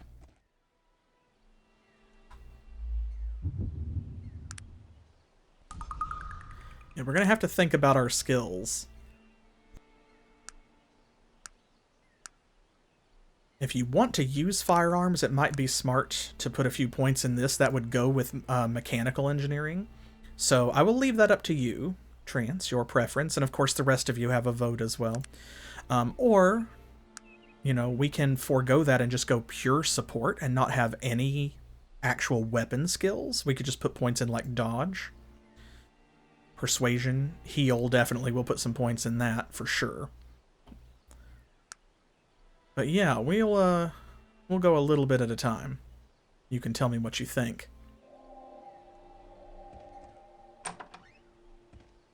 Ah, here he is, the man himself. Human Bandit, reaction 38, suspicious. Why are you bothering me? Oh, please excuse my presence, sir. I mean no offense. There's no excuse for worthless fools such as yourself. And this is great. We can say, please, sir, only a moment. I know I'm unworthy to speak to you. Now, B. Unny Esquire is a bit of a bookish nerd. But I feel like she's not going to stand for this. What do y'all think? Should we try to persuade him? Or should we tell him the truth? Y'all have been fans of the truth so far. Alright, let's do it. So we just slap him. I demand satisfaction, dog. Immediately begins combat. Oh, he hates us now. Oh no. It's okay, he's unarmed. So here's what we're gonna do. He's aggroed on us. Let's go this way, out into the light. Then we won't have a lighting penalty to hit him, or at least not as bad of one. It is evening, so we still have like a bit of lighting penalty, but that's certainly better than nothing. Oh my goodness gracious. Okay, here. Here's what we're gonna do. We have a bunch of these spike traps. Let's just do this. Come on. Come on. Haha, there we go. These were free and we didn't make them for nothing. Come on, asshat. Got you. Fucking got you, bro. That's what happens when you mess with the bunny. You mess with the bunny, you get spiked. And here we go. You can see, now that he is dead, the curse has taken hold. Where am I? The pain. Please release me. You are dead. Pardon my vulgar language, but this is what happens when you fuck around. Quite often, you find out. What? No. Yes. Oh, and you're cursed to be trapped here forever. Oh, please, no, please, blah. Let's see, and where is it here? Where is the artifact? Does he have it on his person, maybe? Oh, yes, that's what it is. Okay. Oh, we also got the suit from him. So we can sell that. I was about to be like, oh no, I screwed up. You have to get the information out of it. But no, you just have to. It's on his body. Alright, back to our Bala's house. Okay, he is asleep. We will wait until morning. There we go. Blessing, sister. I have retrieved your artifact. Boom, baby. And he jumped up to 98. Amiable. Let's look at all that experience. We got a whole level from that. I thank you, as do the spirits of my ancestors. I must admit to having lied to you before as well. He smiles a kindly smile. I do have something to give you. Something of immeasurable value. I bestow my blessing upon you. Everyone you meet will now react more favorably to you than perhaps they did in the past. You have my gratitude. There we go. We love that sound effect. So, got rid of that. We completed the quest. We love to see that green struck through text. Look at that. But now also, we have Arbala's blessing. For returning Arbala's sacred artifact to him, you have been given his blessing. Indeed. And his blessing raises the base attitude of other people towards you by 5 points, if I remember correctly. Because Virgil is at about 73. So yeah, I think it's plus 5. So that's pretty awesome, right? And we leveled up. And yes, old man, that exactly. Like, Arcanum comes out swinging. You go down in a flaming zeppelin, find out that you're supposedly the reincarnation of an ancient god, or at least figure of power, who is, you know, has a destiny, and you're like a chosen one, and then immediately your very first side quest is you have to get between two ghosts of murderers and this priest. All right, what are we putting points in this time? We got repair. We do need persuasion and heal. We need spot trap as well, because we put a point in disarm trap, but we can't do that unless we find them. Dodge we need to do, for sure, even if we go full sport. And then we have our stuff over here, so we could do the Trap Springer. We could do charges. That's not super important right now because we don't have anything that requires them. The Fatigue Restorer, because I do want to get to Poison Cure. And then the Elixir of Persuasion. That is a great stand-in for the Persuasion skill until you, like, actually level it up. So, you think Spot Trap? Yeah, because like I said, Disarm Trap is going to come up pretty soon, so but without Spot Trap, it's basically useless. I really like Heal, though. But we'll go a little at a time. So, Spot Trap. That's also the most we can do until we increase our Perception. Notice that a lot of the skills are locked. So see, if we do this, minimum Perception to raise is 6. Well, that's fine, we have 7. Next rank, 9. So we are going to have to overcome our perception problem. All right, on to Shrouded Hills.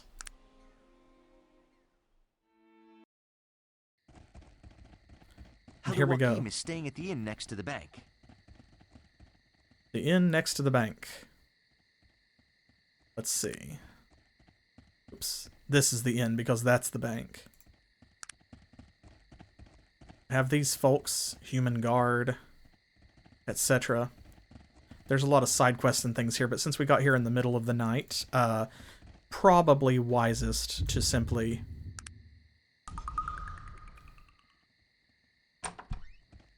just go to bed. Room is at the end of the hall on the left. There's the innkeeper, half-ogre villager, a bartender.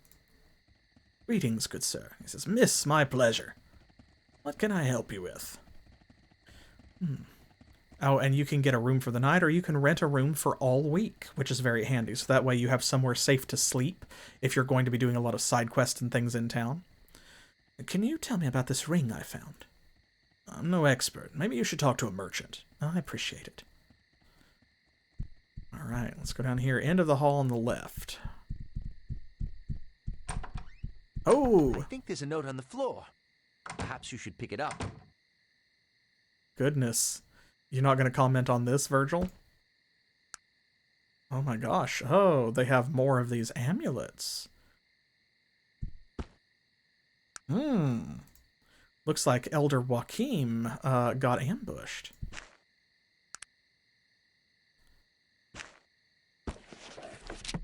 Virgil, I assume you are not alone. As you can see, there are people in Shrouded Hills looking for me. Luckily for me, these fellows were easily dispatched. Do not speak with anyone about the Zeppelin crash, or your new companion's involvement with it. When you are able to make your way to Toronto, check the telegram... But it seems Joachim has discovered something. These individuals seem to be part of some larger plot. A plot against you. Indeed, yes, thank you for interrupting. Looks that way. Tell me, Virgil, who exactly is this Joachim? He is, well, someone who helped me out when I needed it. I met him in a small village at a Panari temple. I was, a bit down on my luck. He showed me that you don't always have to take what life gives you, but there's always a better path, and that it's always your choice to travel it. And what do you mean, down on your luck? What happened? I'd rather not talk about it anymore, but Joachim is a great man, well-versed in the ways of the Panari, and also in the ways of the world. If he thinks we're in trouble, then we are. Let's get out of here and get to Tarant. All right, Virgil. Perhaps we'll talk more of this later. As I was saying, when you are able to make your way to Tarant, check the telegram office there. I will leave a message telling you where to contact me.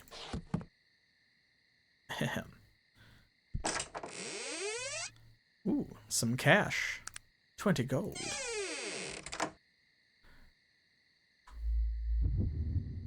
Okay. Let's rest until morning. Oh, well, we can't actually sleep because we haven't rented a room. So you know what? Let's do that. We'll just rent a room for the night. We don't know how long we're going to be here. Oh, but of course, madam. That'll be 25 coins, please. That is a little steep. But here you are. Give him the coins. Excellent. Thank you, milady. You'll find your room just down the hall. You'll have the use of the room for tonight only. The door will be unlocked. I do hope you enjoy your stay. Thank you.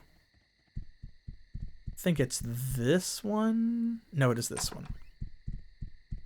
And there's not really anything else here, although we get some of our money back. Ooh, and we get some worn shoes. It's damage reduction +1. And you can see here as well, items do have durability. That's where the repair skill is going to come in handy. It's a good thing we did check there, actually. Sleep until morning.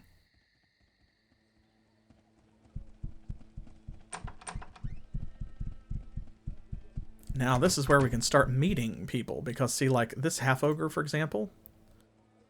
Nice to make your acquaintance. Hello, good ogre. Might I ask who you are? Me? The ogre sets his ale cup down, puffing out his chest, pathetically. I am Sog Meadmug. Meadmug. I'm sorry, is that your family name? Of course, don't you know anything about ogre names, woman? Ogre names tell about the person or the family who's got 'em. He looks away, seeming a little confused.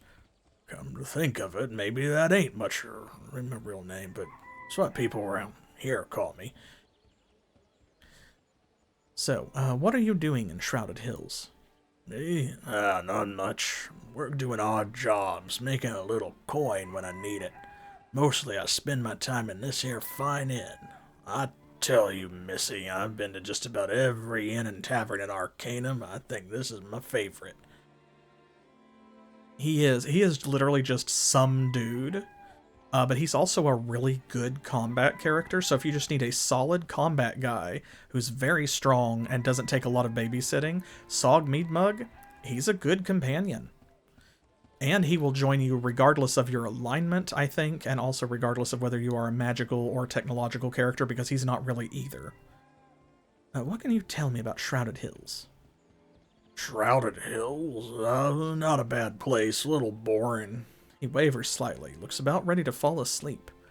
Can't go nowheres right now. There's bloody thieves at the bridge who won't let anyone out of town, charging a bloody toll, and I ain't got no money. See, so this is the first companion you can get to join you. We'll think about that. You need something, ma'am? And who might you be? I'd be Jacob Benz. I don't usually waste my words on outlanders, but you look like a woman I might be having need of. Perhaps. Speak quickly. He winks at you. I like a woman who hears opportunity when it comes to knocking. Here's the word. Make sure you keep it to yourself. Just keep your hands to yourself and tell me. He lowers his voice, leaning to you. I'll make this short. Fancy yourself the thieving type woman? What should we say here? Are we a woman who knows her way around a lock? Or are we not the person he's looking for? We're not thieves. Yeah, even though we have a set of lockpicks. We're not really thieves. Yes, I don't think I'm the person you're looking for. Good day. So you think, should we get Sog Trance? You want to take him along?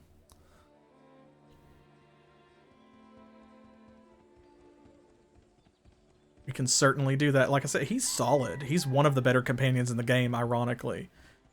It's one of those few instances where he seems like nobody, and you get him right at the very beginning of the game, but it turns out like he goes all the way to the end with you. I don't think so, missy. No offense. I'm not sure. I'm convinced you're a woman to follow just yet. Okay, his reaction's not high enough. Let's see, max followers 2. So we do have room. We'll have to do something else, perhaps. And then come back. Is there no room? Let's see. What if we make... How many does that make? Okay, that was enough. So I think it takes up the same amount of space. Yeah, I believe so. Oh, okay. Well, here, Virgil, you get that. You want that?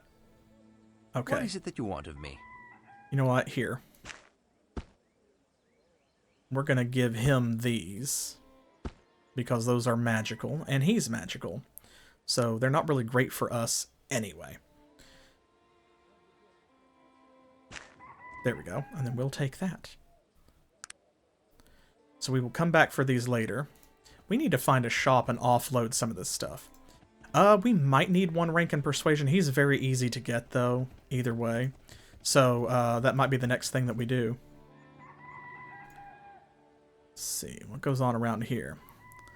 You seen City Hall yet? Kinda fancy for a place like Shrouded Hills. A long time ago it was a Panari temple, but for some reason they stopped using it. Okay, let's see. Where is the shop? Doodly doodly doo. This is a blacksmith. Here we go. This is the shop. Or at least a shop. There's more than one. There's all kinds of cool stuff to do in Shrouded Hills, so we'll do a little of each. There we go. Ristez imported goods. It's Ristez. Happy to make your acquaintance. And you are, good sir? I am Ristez, importer of fine goods and rarities from all over the world. Nowhere will you find a more incredible assortment of fantastical oddities from the four corners of Arcanum and beyond. You're looking for something specific, yes? No, I really just chanced to stop by. No one just chances into Ristez. Ristezzi. It's probably Ristezzi. Ristezzi always has something for everyone. Oh, take a look. Must you always refer to yourself in the third person? Ristezzi is Ristezzi, no? Ristezzi can only be what Ristezzi is. Ristezzi. Enough said, good man. A few questions. What could you tell me about this ring? Interesting. A finely made piece of jewelry. What exactly do you want from Ristezzi? I'd like to ask about the imprint of P. Schuyler and Sons. P. Schuyler and Sons? A very important piece of this puzzle, eh, my friend? Ristezzi has been very free with information, no? No. What have you to offer, Ristezzi? Oh, you've been nothing but helpful and very knowledgeable. Ristezzi sees through your poorly veiled attempt to coerce him through flattery. I am not new to the wiles of fast-talking women. Let's cut to the chase. Ristezzi has information you need. Ristezzi needs something in return. Fine. And what is it you're looking for? Well, Ristezzi is a collector of strange and wonderful things. Perhaps there are a few objects you could add to Ristezzi's collection. What things are you looking for, exactly? 2 things, actually. If you were able to locate a camera, that's technological wonder, or something of Bassett tunes, Ristezzi might tell you about P. Schuyler and Sons, or Schuyler and Sons, and where you might find them. Sounds fair. I'll return with one or both. Okay, now, of course, we already have a camera, right? So there we go. We need the other thing first, though. Anyway, let's say interested in trading. Let's do that first. Okay, we don't need this. Although we can wear the suit. 9 coins, that's fine. We don't really need any arrows. Oh, he won't buy those, that's fine. You buy this 3 coins for that. He's got some stuff that we can use as well, like this large spring. Oh, for 26 coins, though. Oh, Lord. Let's see. What is it that you want of me? Virgil. We need stuff. Here we go. Hang on to these, please.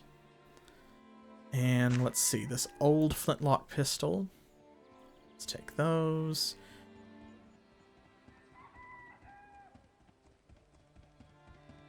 Will you buy this? 2 coins. Boom. Good enough. It's better than nothing. We have a lot of healing salve. But the thing about that is we can sell it too. Actually, how much will he buy? 12 coins and not a coin more. So this is a good way to make money early in the game. Check that out. Because see, look how many we made. I mean, like, come on, right? We're not going to need this many for sure. Still got 19. There we go, and now we have 290 coins. That's a lot more than we started with. And we can make even more. Let's go down here really quickly. Because we have some Kadura stem. Let's grab this Ginkgo root. There we go, now we have even more. So that makes 5 every time. So 1 Kadura stem and 1 Ginkgo root take up 4 squares total in your inventory. And it makes 5 healing salve, so it takes up 1 more square than you have. 1, 2, 3, 4, 5, 6, 7, 8, 9, 10. So there we go. 120 coins. And we still have 15 of these left over. And that was free. We picked this stuff up off the ground. So boom.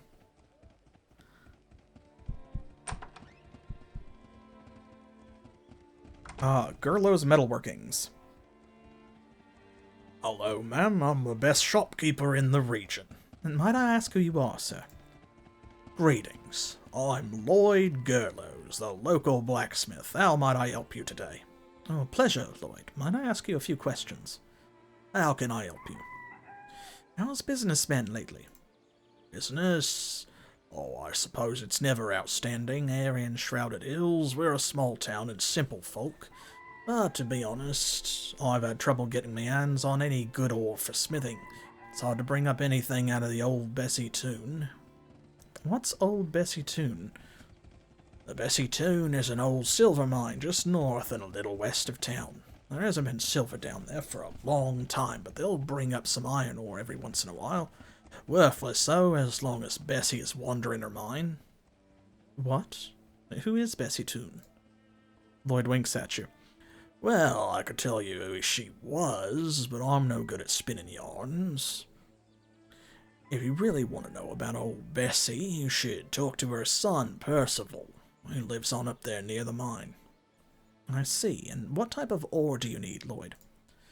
Well, madam, I'm in dire need of some pure ore, and I'll make a blade without it. If you could find some, I might be obliged to make you a dagger out of whatever was left. Oh, sounds like a good trade. I'll do it. Why, thanks to you, stranger. I'll be here when you find it. And what services do you provide, Lloyd? What services are you in need of? So he can give you apprentice training. Many shopkeepers can.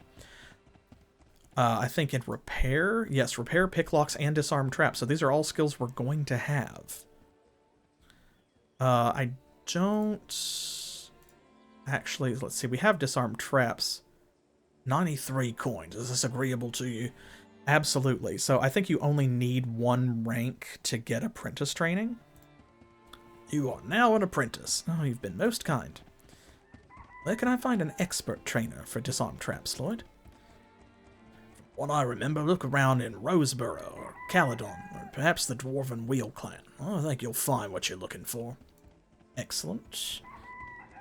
And let's barter. It's a good expenditure of 9 healing salves. Oh, and he's got some crafting components like a fine Hilton Guard. He's got a fine steel dagger, which might be better than what we've got. That's a kite sword. Damage 2 to 6, speed 6. This is speed 12, damage 2 to 6, fatigue 1 to 3, so it is better. Ooh, some leather gloves for 54 coins. Boop. Got some leather straps, some mace, we've got some chain armor. See, so there's a lot of options here, especially for, like a magical character, but... Okay, we've got 15 bullets. Will you buy these arrows from us? No. Okay. Let's buy some bullets, though.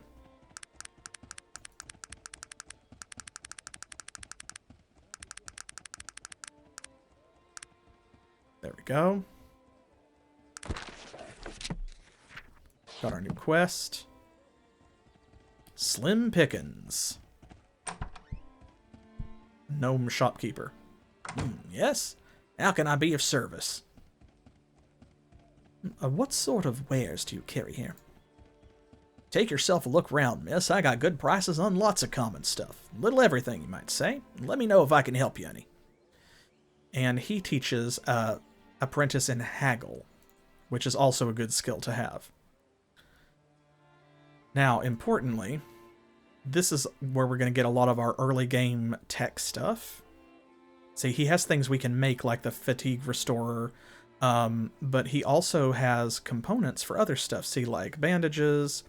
He's got, let's see, the famous blood pills, rheumatism cure.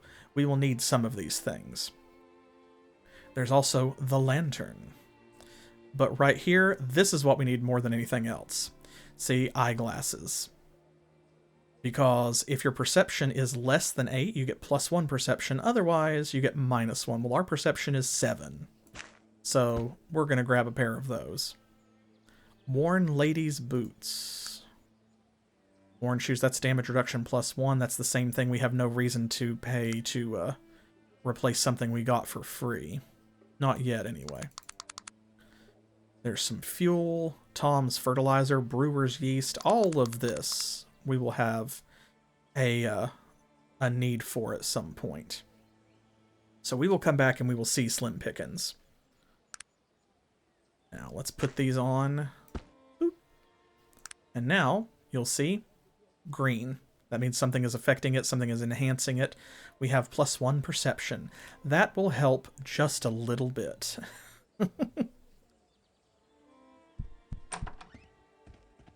Excellent. And yeah, exactly, Chundo. That's how it feels. It's just like, oh, congratulations, you are an apprentice. Let's see, where is the next shop that I want to go to? That's a quest. That's a quest. That's a quest. Oh, once you, sometimes it doesn't always take, like, see, it will add notes when you, like, read signs and things, but not always. Sometimes it seems like it doesn't really. See, it doesn't add one here. For some reason. So occasionally you'll just have to, like, remember things. Oh, here we go. Got some good stuff in there. Excellent. Crafting materials. And we can even... What is it that you want of me? Give these to Virgil. Certainly better than nothing, right? And we need to get this helmet identified, but he can use it since he is magical. And that is a big bonus, like, see, 8 to 18. So we're going to let him go ahead and have that. I should have given it to him earlier, but because it was unidentified, I held off. Anything in that barrel? No. Is there anything in here? Yes. I knew one of these. Monroe's Cleaner. That's the window. Oh, I should show you this. Look. If a window's unlocked, you can do this. Ta-da! You can just jump out the window. Like Leon Kennedy.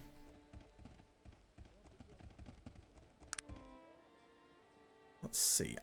Maybe it's down here. Yes, exactly.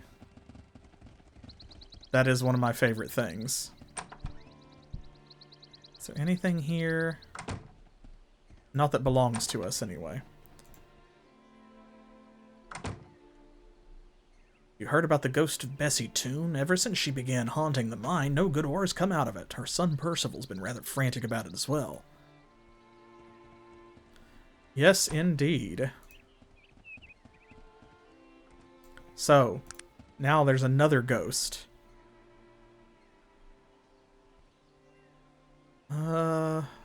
Actually, you know what? I think it may be up here. It might be that one, maybe? I think it's the one a little further northeast, though.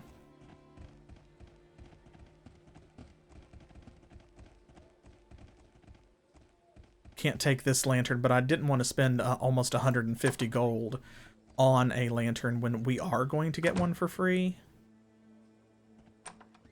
We'll pick one up later, so... And that's very expensive. Okay, maybe it is this one, actually. No, it is not this one either. Well, fine. We'll just steal your trash. There's some liquid soap. Rummaging through trash bins like this is one of my favorite parts of playing a technological character, because as a magical character, you mostly don't need that stuff because you can't really craft magic items. You can only craft tech items. But as a tech character, you can make all kinds of stuff out of all kinds of other stuff. And so, because of that, everything is useful. Even that soap is a crafting component to be used to make some other stuff, as you will see. Yes, what can I do for you? Aha.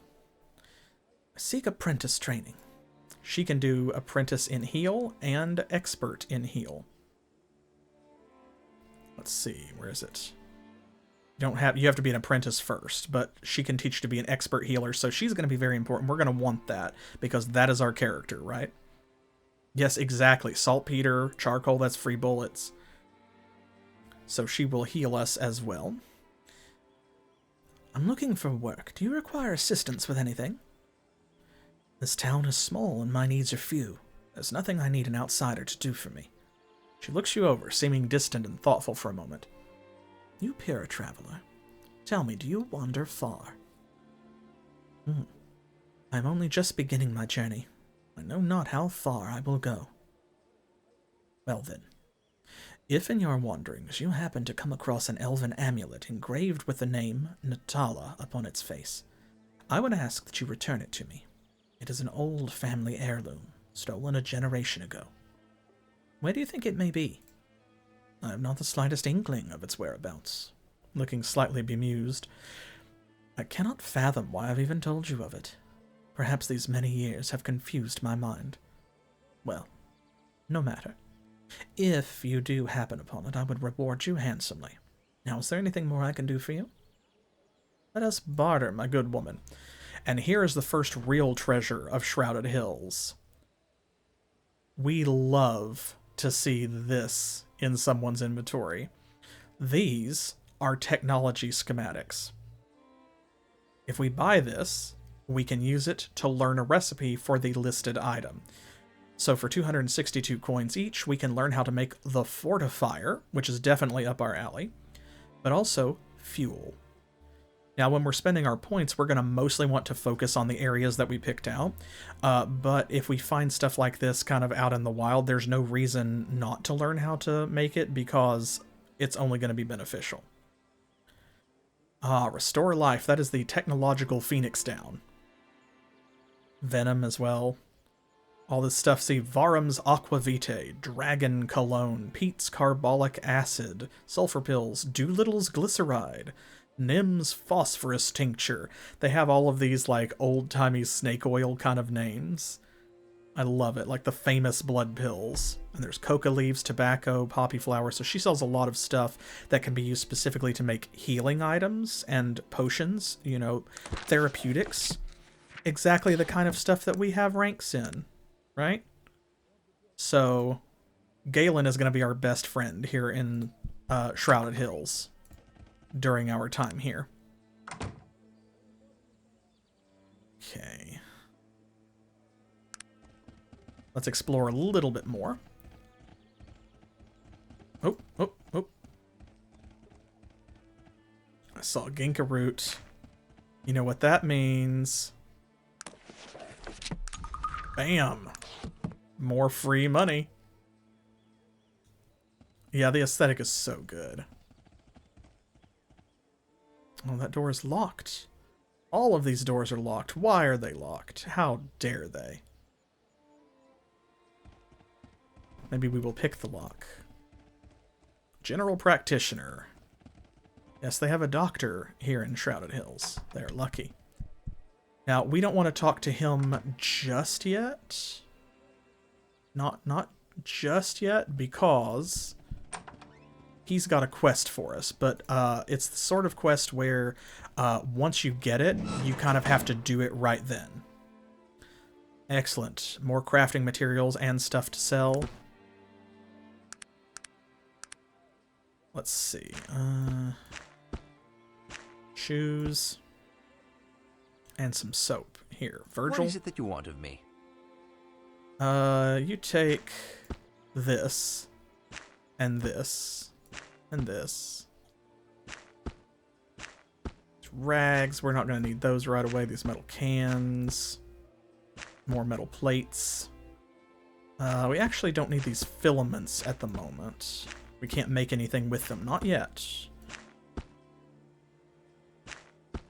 There we go. He's starting to get up close to his encumbrance total, so... Oh, wait. That was all specifically to... There we go, so we could take this soap. What is it that you want of me?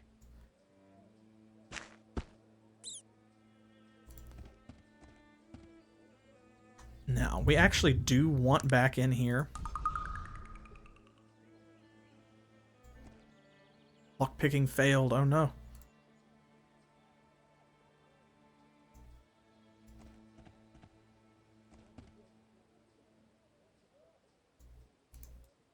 Virgil, talk to us.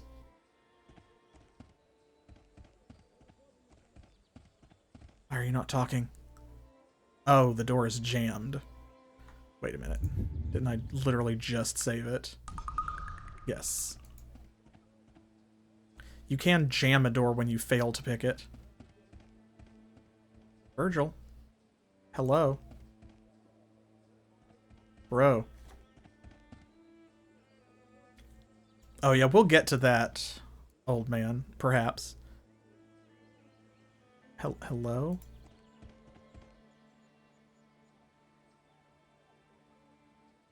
It is done. He is not following us. I don't know why. Well, anyway. I think it has something to do with this, because you can use follower skills, right? And he can pick locks. He actually does have lock picking. So when I try to pick this lock, I think that he is attempting to engage that. Maybe. Let's just come down here. Come on. Ah, this guy. Excuse me, but I couldn't help but notice that you're new here in town. I've heard about the IFS Zephyr. Were you on the blimp when it crashed? Mind your own business, sir. Please, madam, I must know. Were you on that blimp or not? I have a very good reason for wanting to know. I beseech you. And I told you that I'd rather not speak of it. Good day. We've been advised not to tell anybody. We know people are after us. He seems taken aback by your response. Humph. No need to be rude, madam. I suppose you'll be staying here in Shrouded Hills. I'm sure we'll be seeing one another again. William Radcliffe.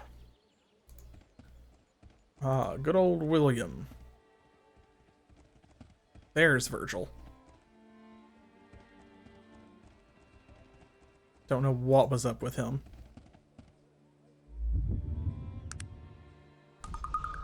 There, now. Virgil.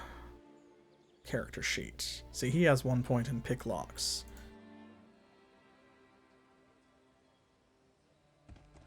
I will handle that for you, madam. Not very well, it seems. Come on. Well, the door's not jammed yet. It might just be too high level for us. Ah, I want in there so bad. Okay, well. There, I'll reset him. Yes, exactly. Absolutely does not handle it. Where's the... There we go. Oh, yes. Yeah. Free experience points.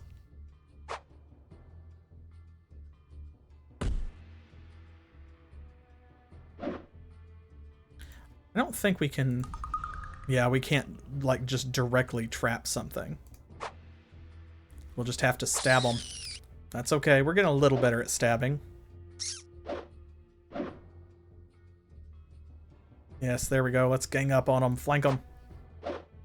Flank them, Virgil.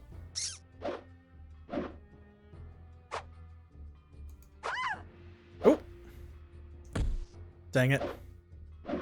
We stabbed ourselves in the hand. Dropped our knife. We wonder how some of these happen, but... Hey! Got one.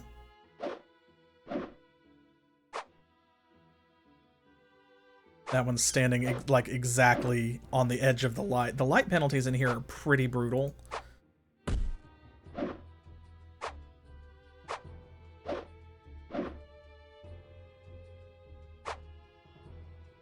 There are, yeah, there's a couple more rats up here. We'll see if we can use the spike traps on them. We still have 5. And we can certainly make more. We are not very effectively hitting. Oh my goodness. We need a light source. Oh, Virgil.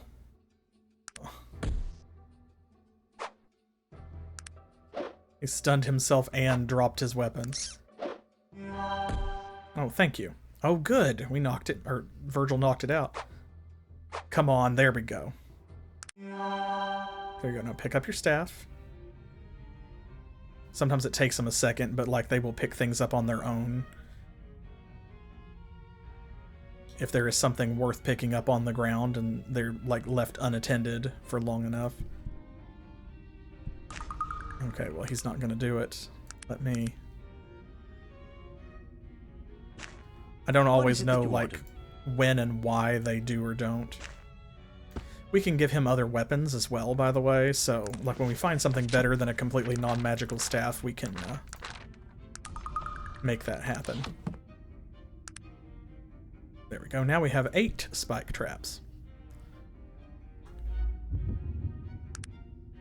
I'm glad you said mechanical engineering, Trance. I really am. Because otherwise we would have, like, no weapons. Reaction, courteous.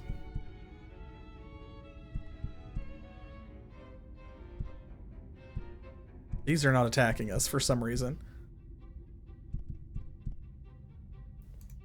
Okay, well, that's fine. Here's what we'll do. Set a trap right there.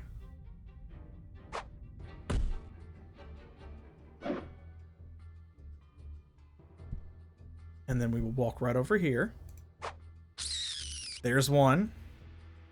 Oh, that other one, he left. He said, nah, bro, I saw what you did to Terry.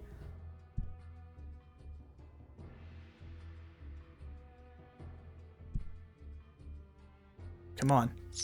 There we go. Got him.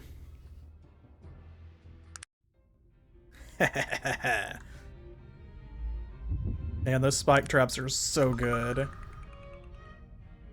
Like I said back during character creation, if you use them correctly. Ooh, here we go. Some magnesium, tobacco, and ammonia. Huh, ammonia. What could that be for? It's not like there's an explosives tech tree in the game. Anything else over here? Any of these?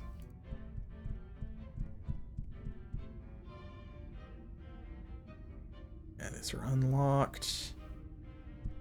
Yeah, I think that that's it in here. Oh yeah, this is kind of a little uncomfortable.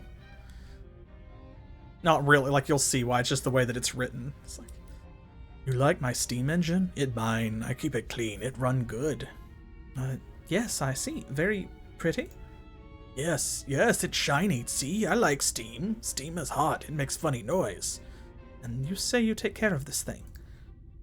I good with machine. I fix good. You like my steam engine? It's shiny. I see. Well, it has been intellectually stimulating, but I must go. Yeah, that's Hervor. He loves everybody. He's really friendly. See? It's that idiot savant background or something. And just wrote him with a low intelligence score. It's like, you don't have to do things like that, though.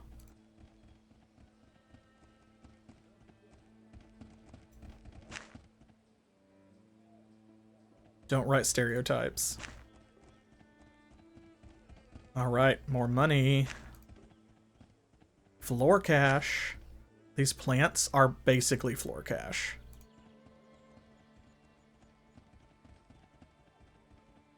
Let's see, this is... yeah, the bridge is like way over here. I think... yeah, we can get a quest here, I believe.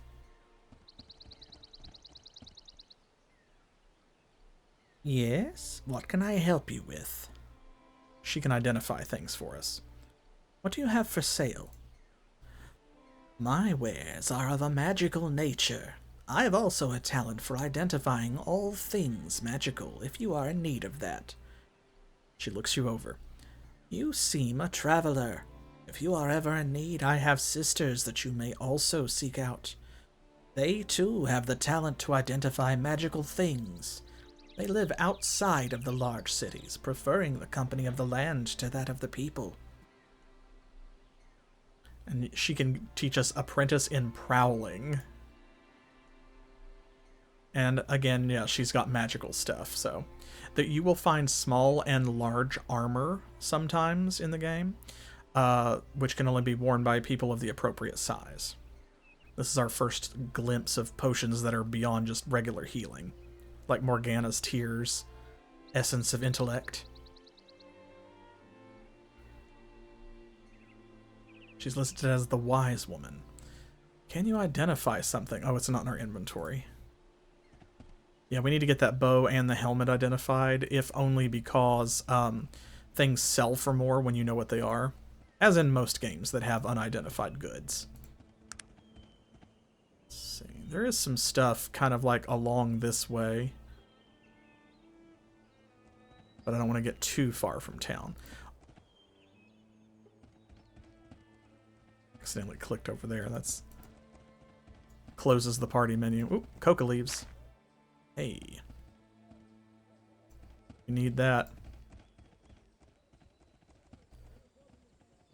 Okay, that's the general practitioner. We need to go back over here to Galen's. And we sell some of these healing salves because we've got 5 more that we don't need. And she'll give us 19 coins. Oh, I forgot about that. Dang it.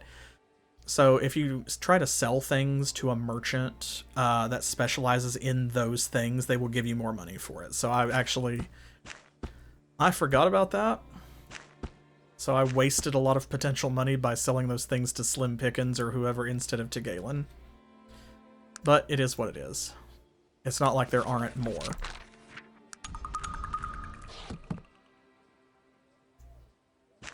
One, 2, 3, 4, 5, 6, 7, 8, 9, 10. We buy this? No. Oh, wait a minute. We want this. The Fortifier. So here is our first found schematic. We will use it. Boom, you have learned a new schematic. So remember, that's under this button.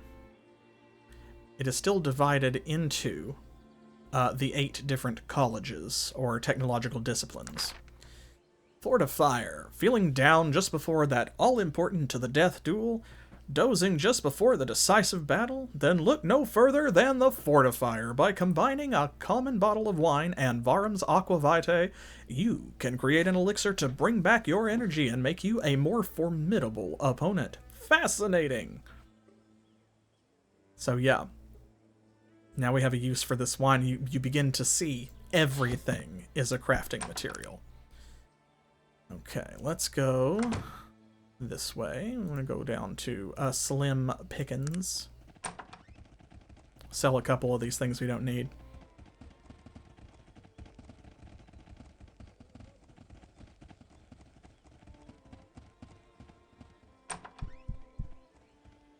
Let us trade, good sir. Buy these shoes. Oh, you don't want them. I specifically wanted to sell them to you. Not interested. Really? Maybe Lloyd will buy them? Somebody bought them.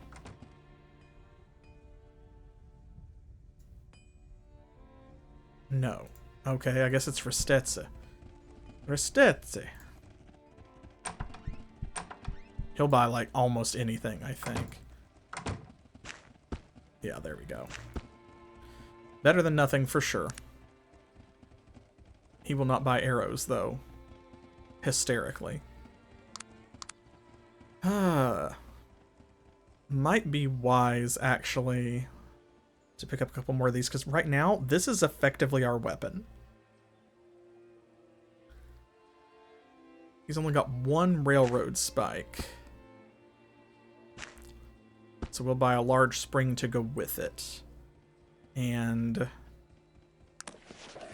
let's go ahead and make a couple more of those. There we go. Now we have 9 of them in our inventory. That's not bad. What is it that you want of me? Ooh. This is so close. So close. But that's okay. We can definitely sell the bow.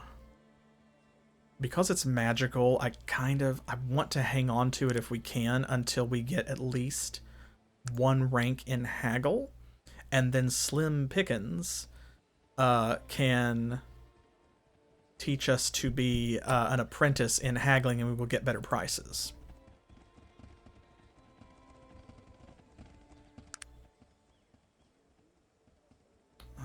That is most of Shrouded Hills, not all of it. Here we go. This is the other shop I thought I was looking for, but actually it was Galen. Jongle's Enchantments. Do you need me? And who might you be? I'm Jongle Dun, learned wizard and alchemist. If you've got a problem in Shrouded Hills of a magical nature, I'm the person to see. You've caught me at a bad time, friend. Perhaps we could speak later. It's a pleasure to meet you. Might I be of assistance? Well, perhaps. I have a problem here in Shrouded Hills of a most delicate nature. Strictly confidential, if you get my meaning. Of course, and might I ask you a few questions about it? Certainly. You said you're an alchemist. What does that mean? An alchemist is an individual who studies the properties of objects and tests how they react with one another. It's not really magic, not really science, but has characteristics of both. Somewhat of a jack of all trades, master of none. Do you follow? Oh, yes. It's just like what I do, but superstitious. What is the nature of your problem, Mr. Dunn? Well, he leans towards you, looking around secretively, even though all of the windows are locked and barred. There's a conspiracy here in Shrouded Hills, a dark plan full of mystery and intrigue. Interesting, and exactly what seems to be going on. This whole town is out to get rid of me. They've been brainwashed by that Constable Owens, and now it's only a matter of time before I'm forced to leave. I see. What has Constable Owens done to you? What has he done to me? The man has endangered the natural balance which allows me to put bread on my table. Do you have any idea what the presence of his bloody steam engine does to my magical abilities? Ah, I see. You're speaking of the nature of magic and technology. Of course I am, and that Constable Owens is weakening my powers. There was a time when I was the most powerful man in all of Shrouded Hills. Goodness, a big place like this. The sarcasm is lost on him. Yes, if only there was something to do about it. Someone to do something about it. Oh, he throws a hooded glance your way. What exactly are you proposing? His voice lowers. If you could find a way to disable that infernal machine, I might be able to part with a couple of healing potions. What do you say? Well, we are technologically oriented, so I don't think we really care, do we? This is probably not our problem. Unfortunately, when he tells you about it, it adds the quest immediately to your book, and then if you turn it down, I think it might botch it. Maybe, or it might just leave it there and you can change your mind. Sorry, Mr. Dunn, I'll stay on the good side of the law. I see. Well, the choice is yours, perhaps some other time. Right. No, okay. It's just mentioned. Alright, and he can train us to be an apprentice in both heal and persuasion. So that is what we need. I want to barter. Okay, he's not selling anything. I guess he just gives you the quest. I forgot, I thought he sold some stuff. Maybe he only does after you blow up the steam engine. It's not necessarily something that we want to do. Let's see, we went there. This is the last major place with like a named character that we haven't visited other than the doctor's house. Oh my god, that chicken interrupted our entire planned path. Did you see that? If you run into an obstacle when you are following waypoints like that, it will stop you. That's okay, though.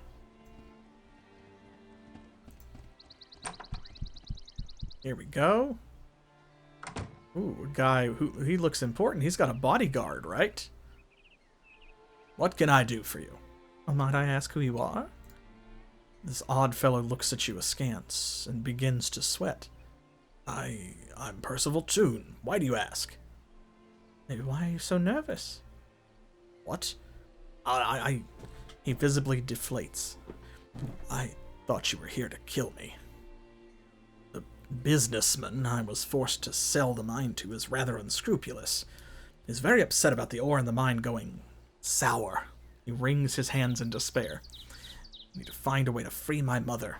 It's her ghost that's ruining the ore somehow. He looks at you with a pleading gaze. Your mother's ghost? He shakes his head sadly. My poor mother. She killed herself, you know. When the silver dried up, we were forced to sell the mine. She went around the bend soon after. Went up to the mine, she did, fired all the workers, and did herself in. Oh, perhaps I can help free your mother's ghost. Oh, that would be wonderful. He claps his hands together.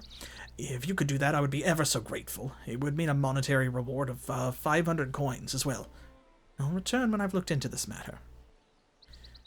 We don't have anything else to say to him right now. So this is a much more complex quest than it might seem on the surface.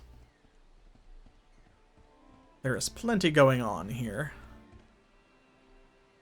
Here's the silver mine. I can't remember if there's anything like behind it.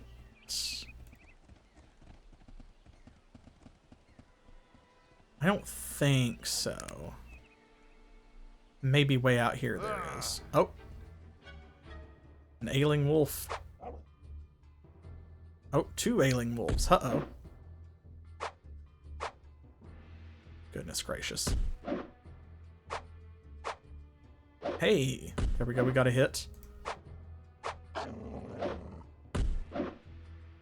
Come on. No? Okay.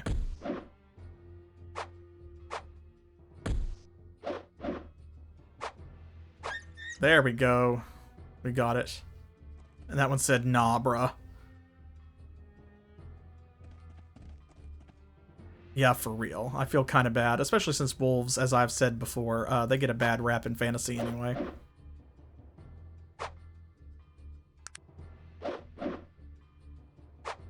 Hey, another hit.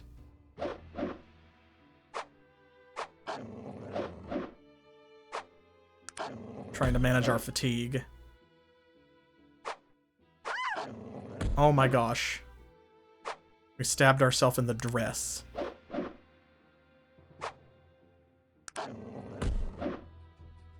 Virgil, come on. Help me out here. Help a sister out.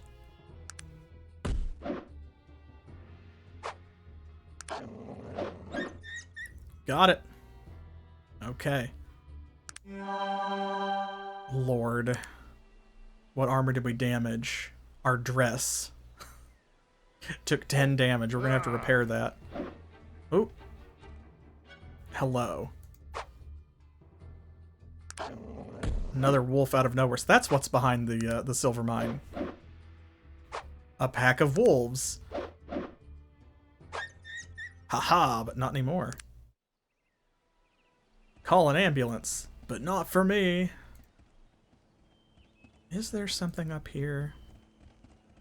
There's a couple of places where, like, you go way out in the wilderness away from town and there's some interesting stuff.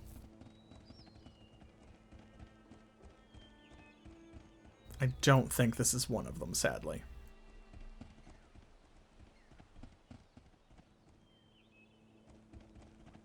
Anything? No, okay.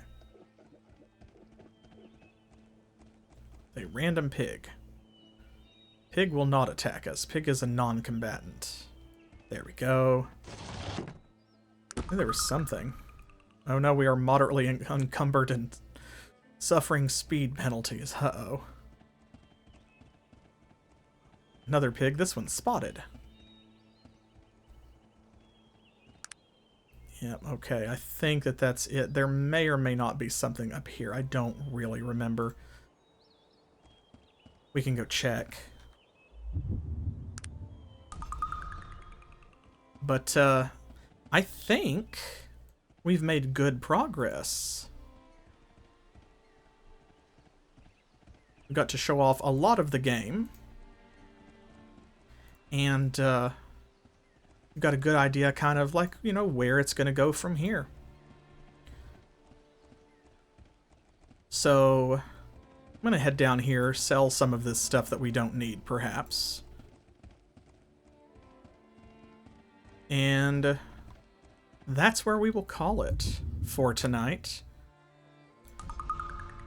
So, thank you again, first of all, to Chundovo for selecting this game and for making that $100 donation to the Video Game History Foundation during our June 25th charity event. It is much appreciated, and it does really mean a lot to their work. And of course, you can check them out at gamehistory.org if you want to find other ways to support them yourself, even when we're not doing a charity stream. And thanks also to Trance, because remember, this is a patron request. So this is actually not the last you're going to see of Arcanum. This will definitely be a full playthrough. I don't know exactly when Arcanum will be back, because since we just finished Lands of Lore, the Throne of Chaos, that means that I will be coming back with Might and Magic 8 next Saturday, which is August the 5th. I'm not streaming this Saturday. So we'll get through that, and then we will be doing the polls to narrow things down and like figure out what order everything is going to go in while Might and Magic 8 is ongoing. We'll get that figured out well in advance. Arcanum is going to be guaranteed a slot on that poll, but it will be up to y'all on YouTube to decide what order things are going to happen in. So if you want to see more Arcanum right away, be sure to vote that up when that poll happens. And of course, I will make sure to let everybody know on all of our platforms and stuff when that poll becomes available. In the meantime, I will be back on Monday at 7 p.m. Eastern Time, which is New York and Miami time here in the US, with Specific Pixel as we continue our current ongoing husband play, which is Blaze and Blade Eternal Quest. And then next Thursday, we have the last episode of Sierra's Outpost coming up. We actually beat Outpost yesterday, but I'm going to do one more episode because I want to show off the free fan-made remake of the game, Outpost HD. And I think that it's pretty cool that someone out there is enough of a fan of Outpost this many years later, especially considering the bad rap that Outpost gets as a game, that they have done this. They have completely rebuilt the game from the ground up, and they're working hard to kind of show what it could be, what it could have been. So we'll be doing that, and then that will be the last of that series before we move on to Gex 2 weeks after that. Now, next Friday, there is not going to be one of these charity incentives because the next one is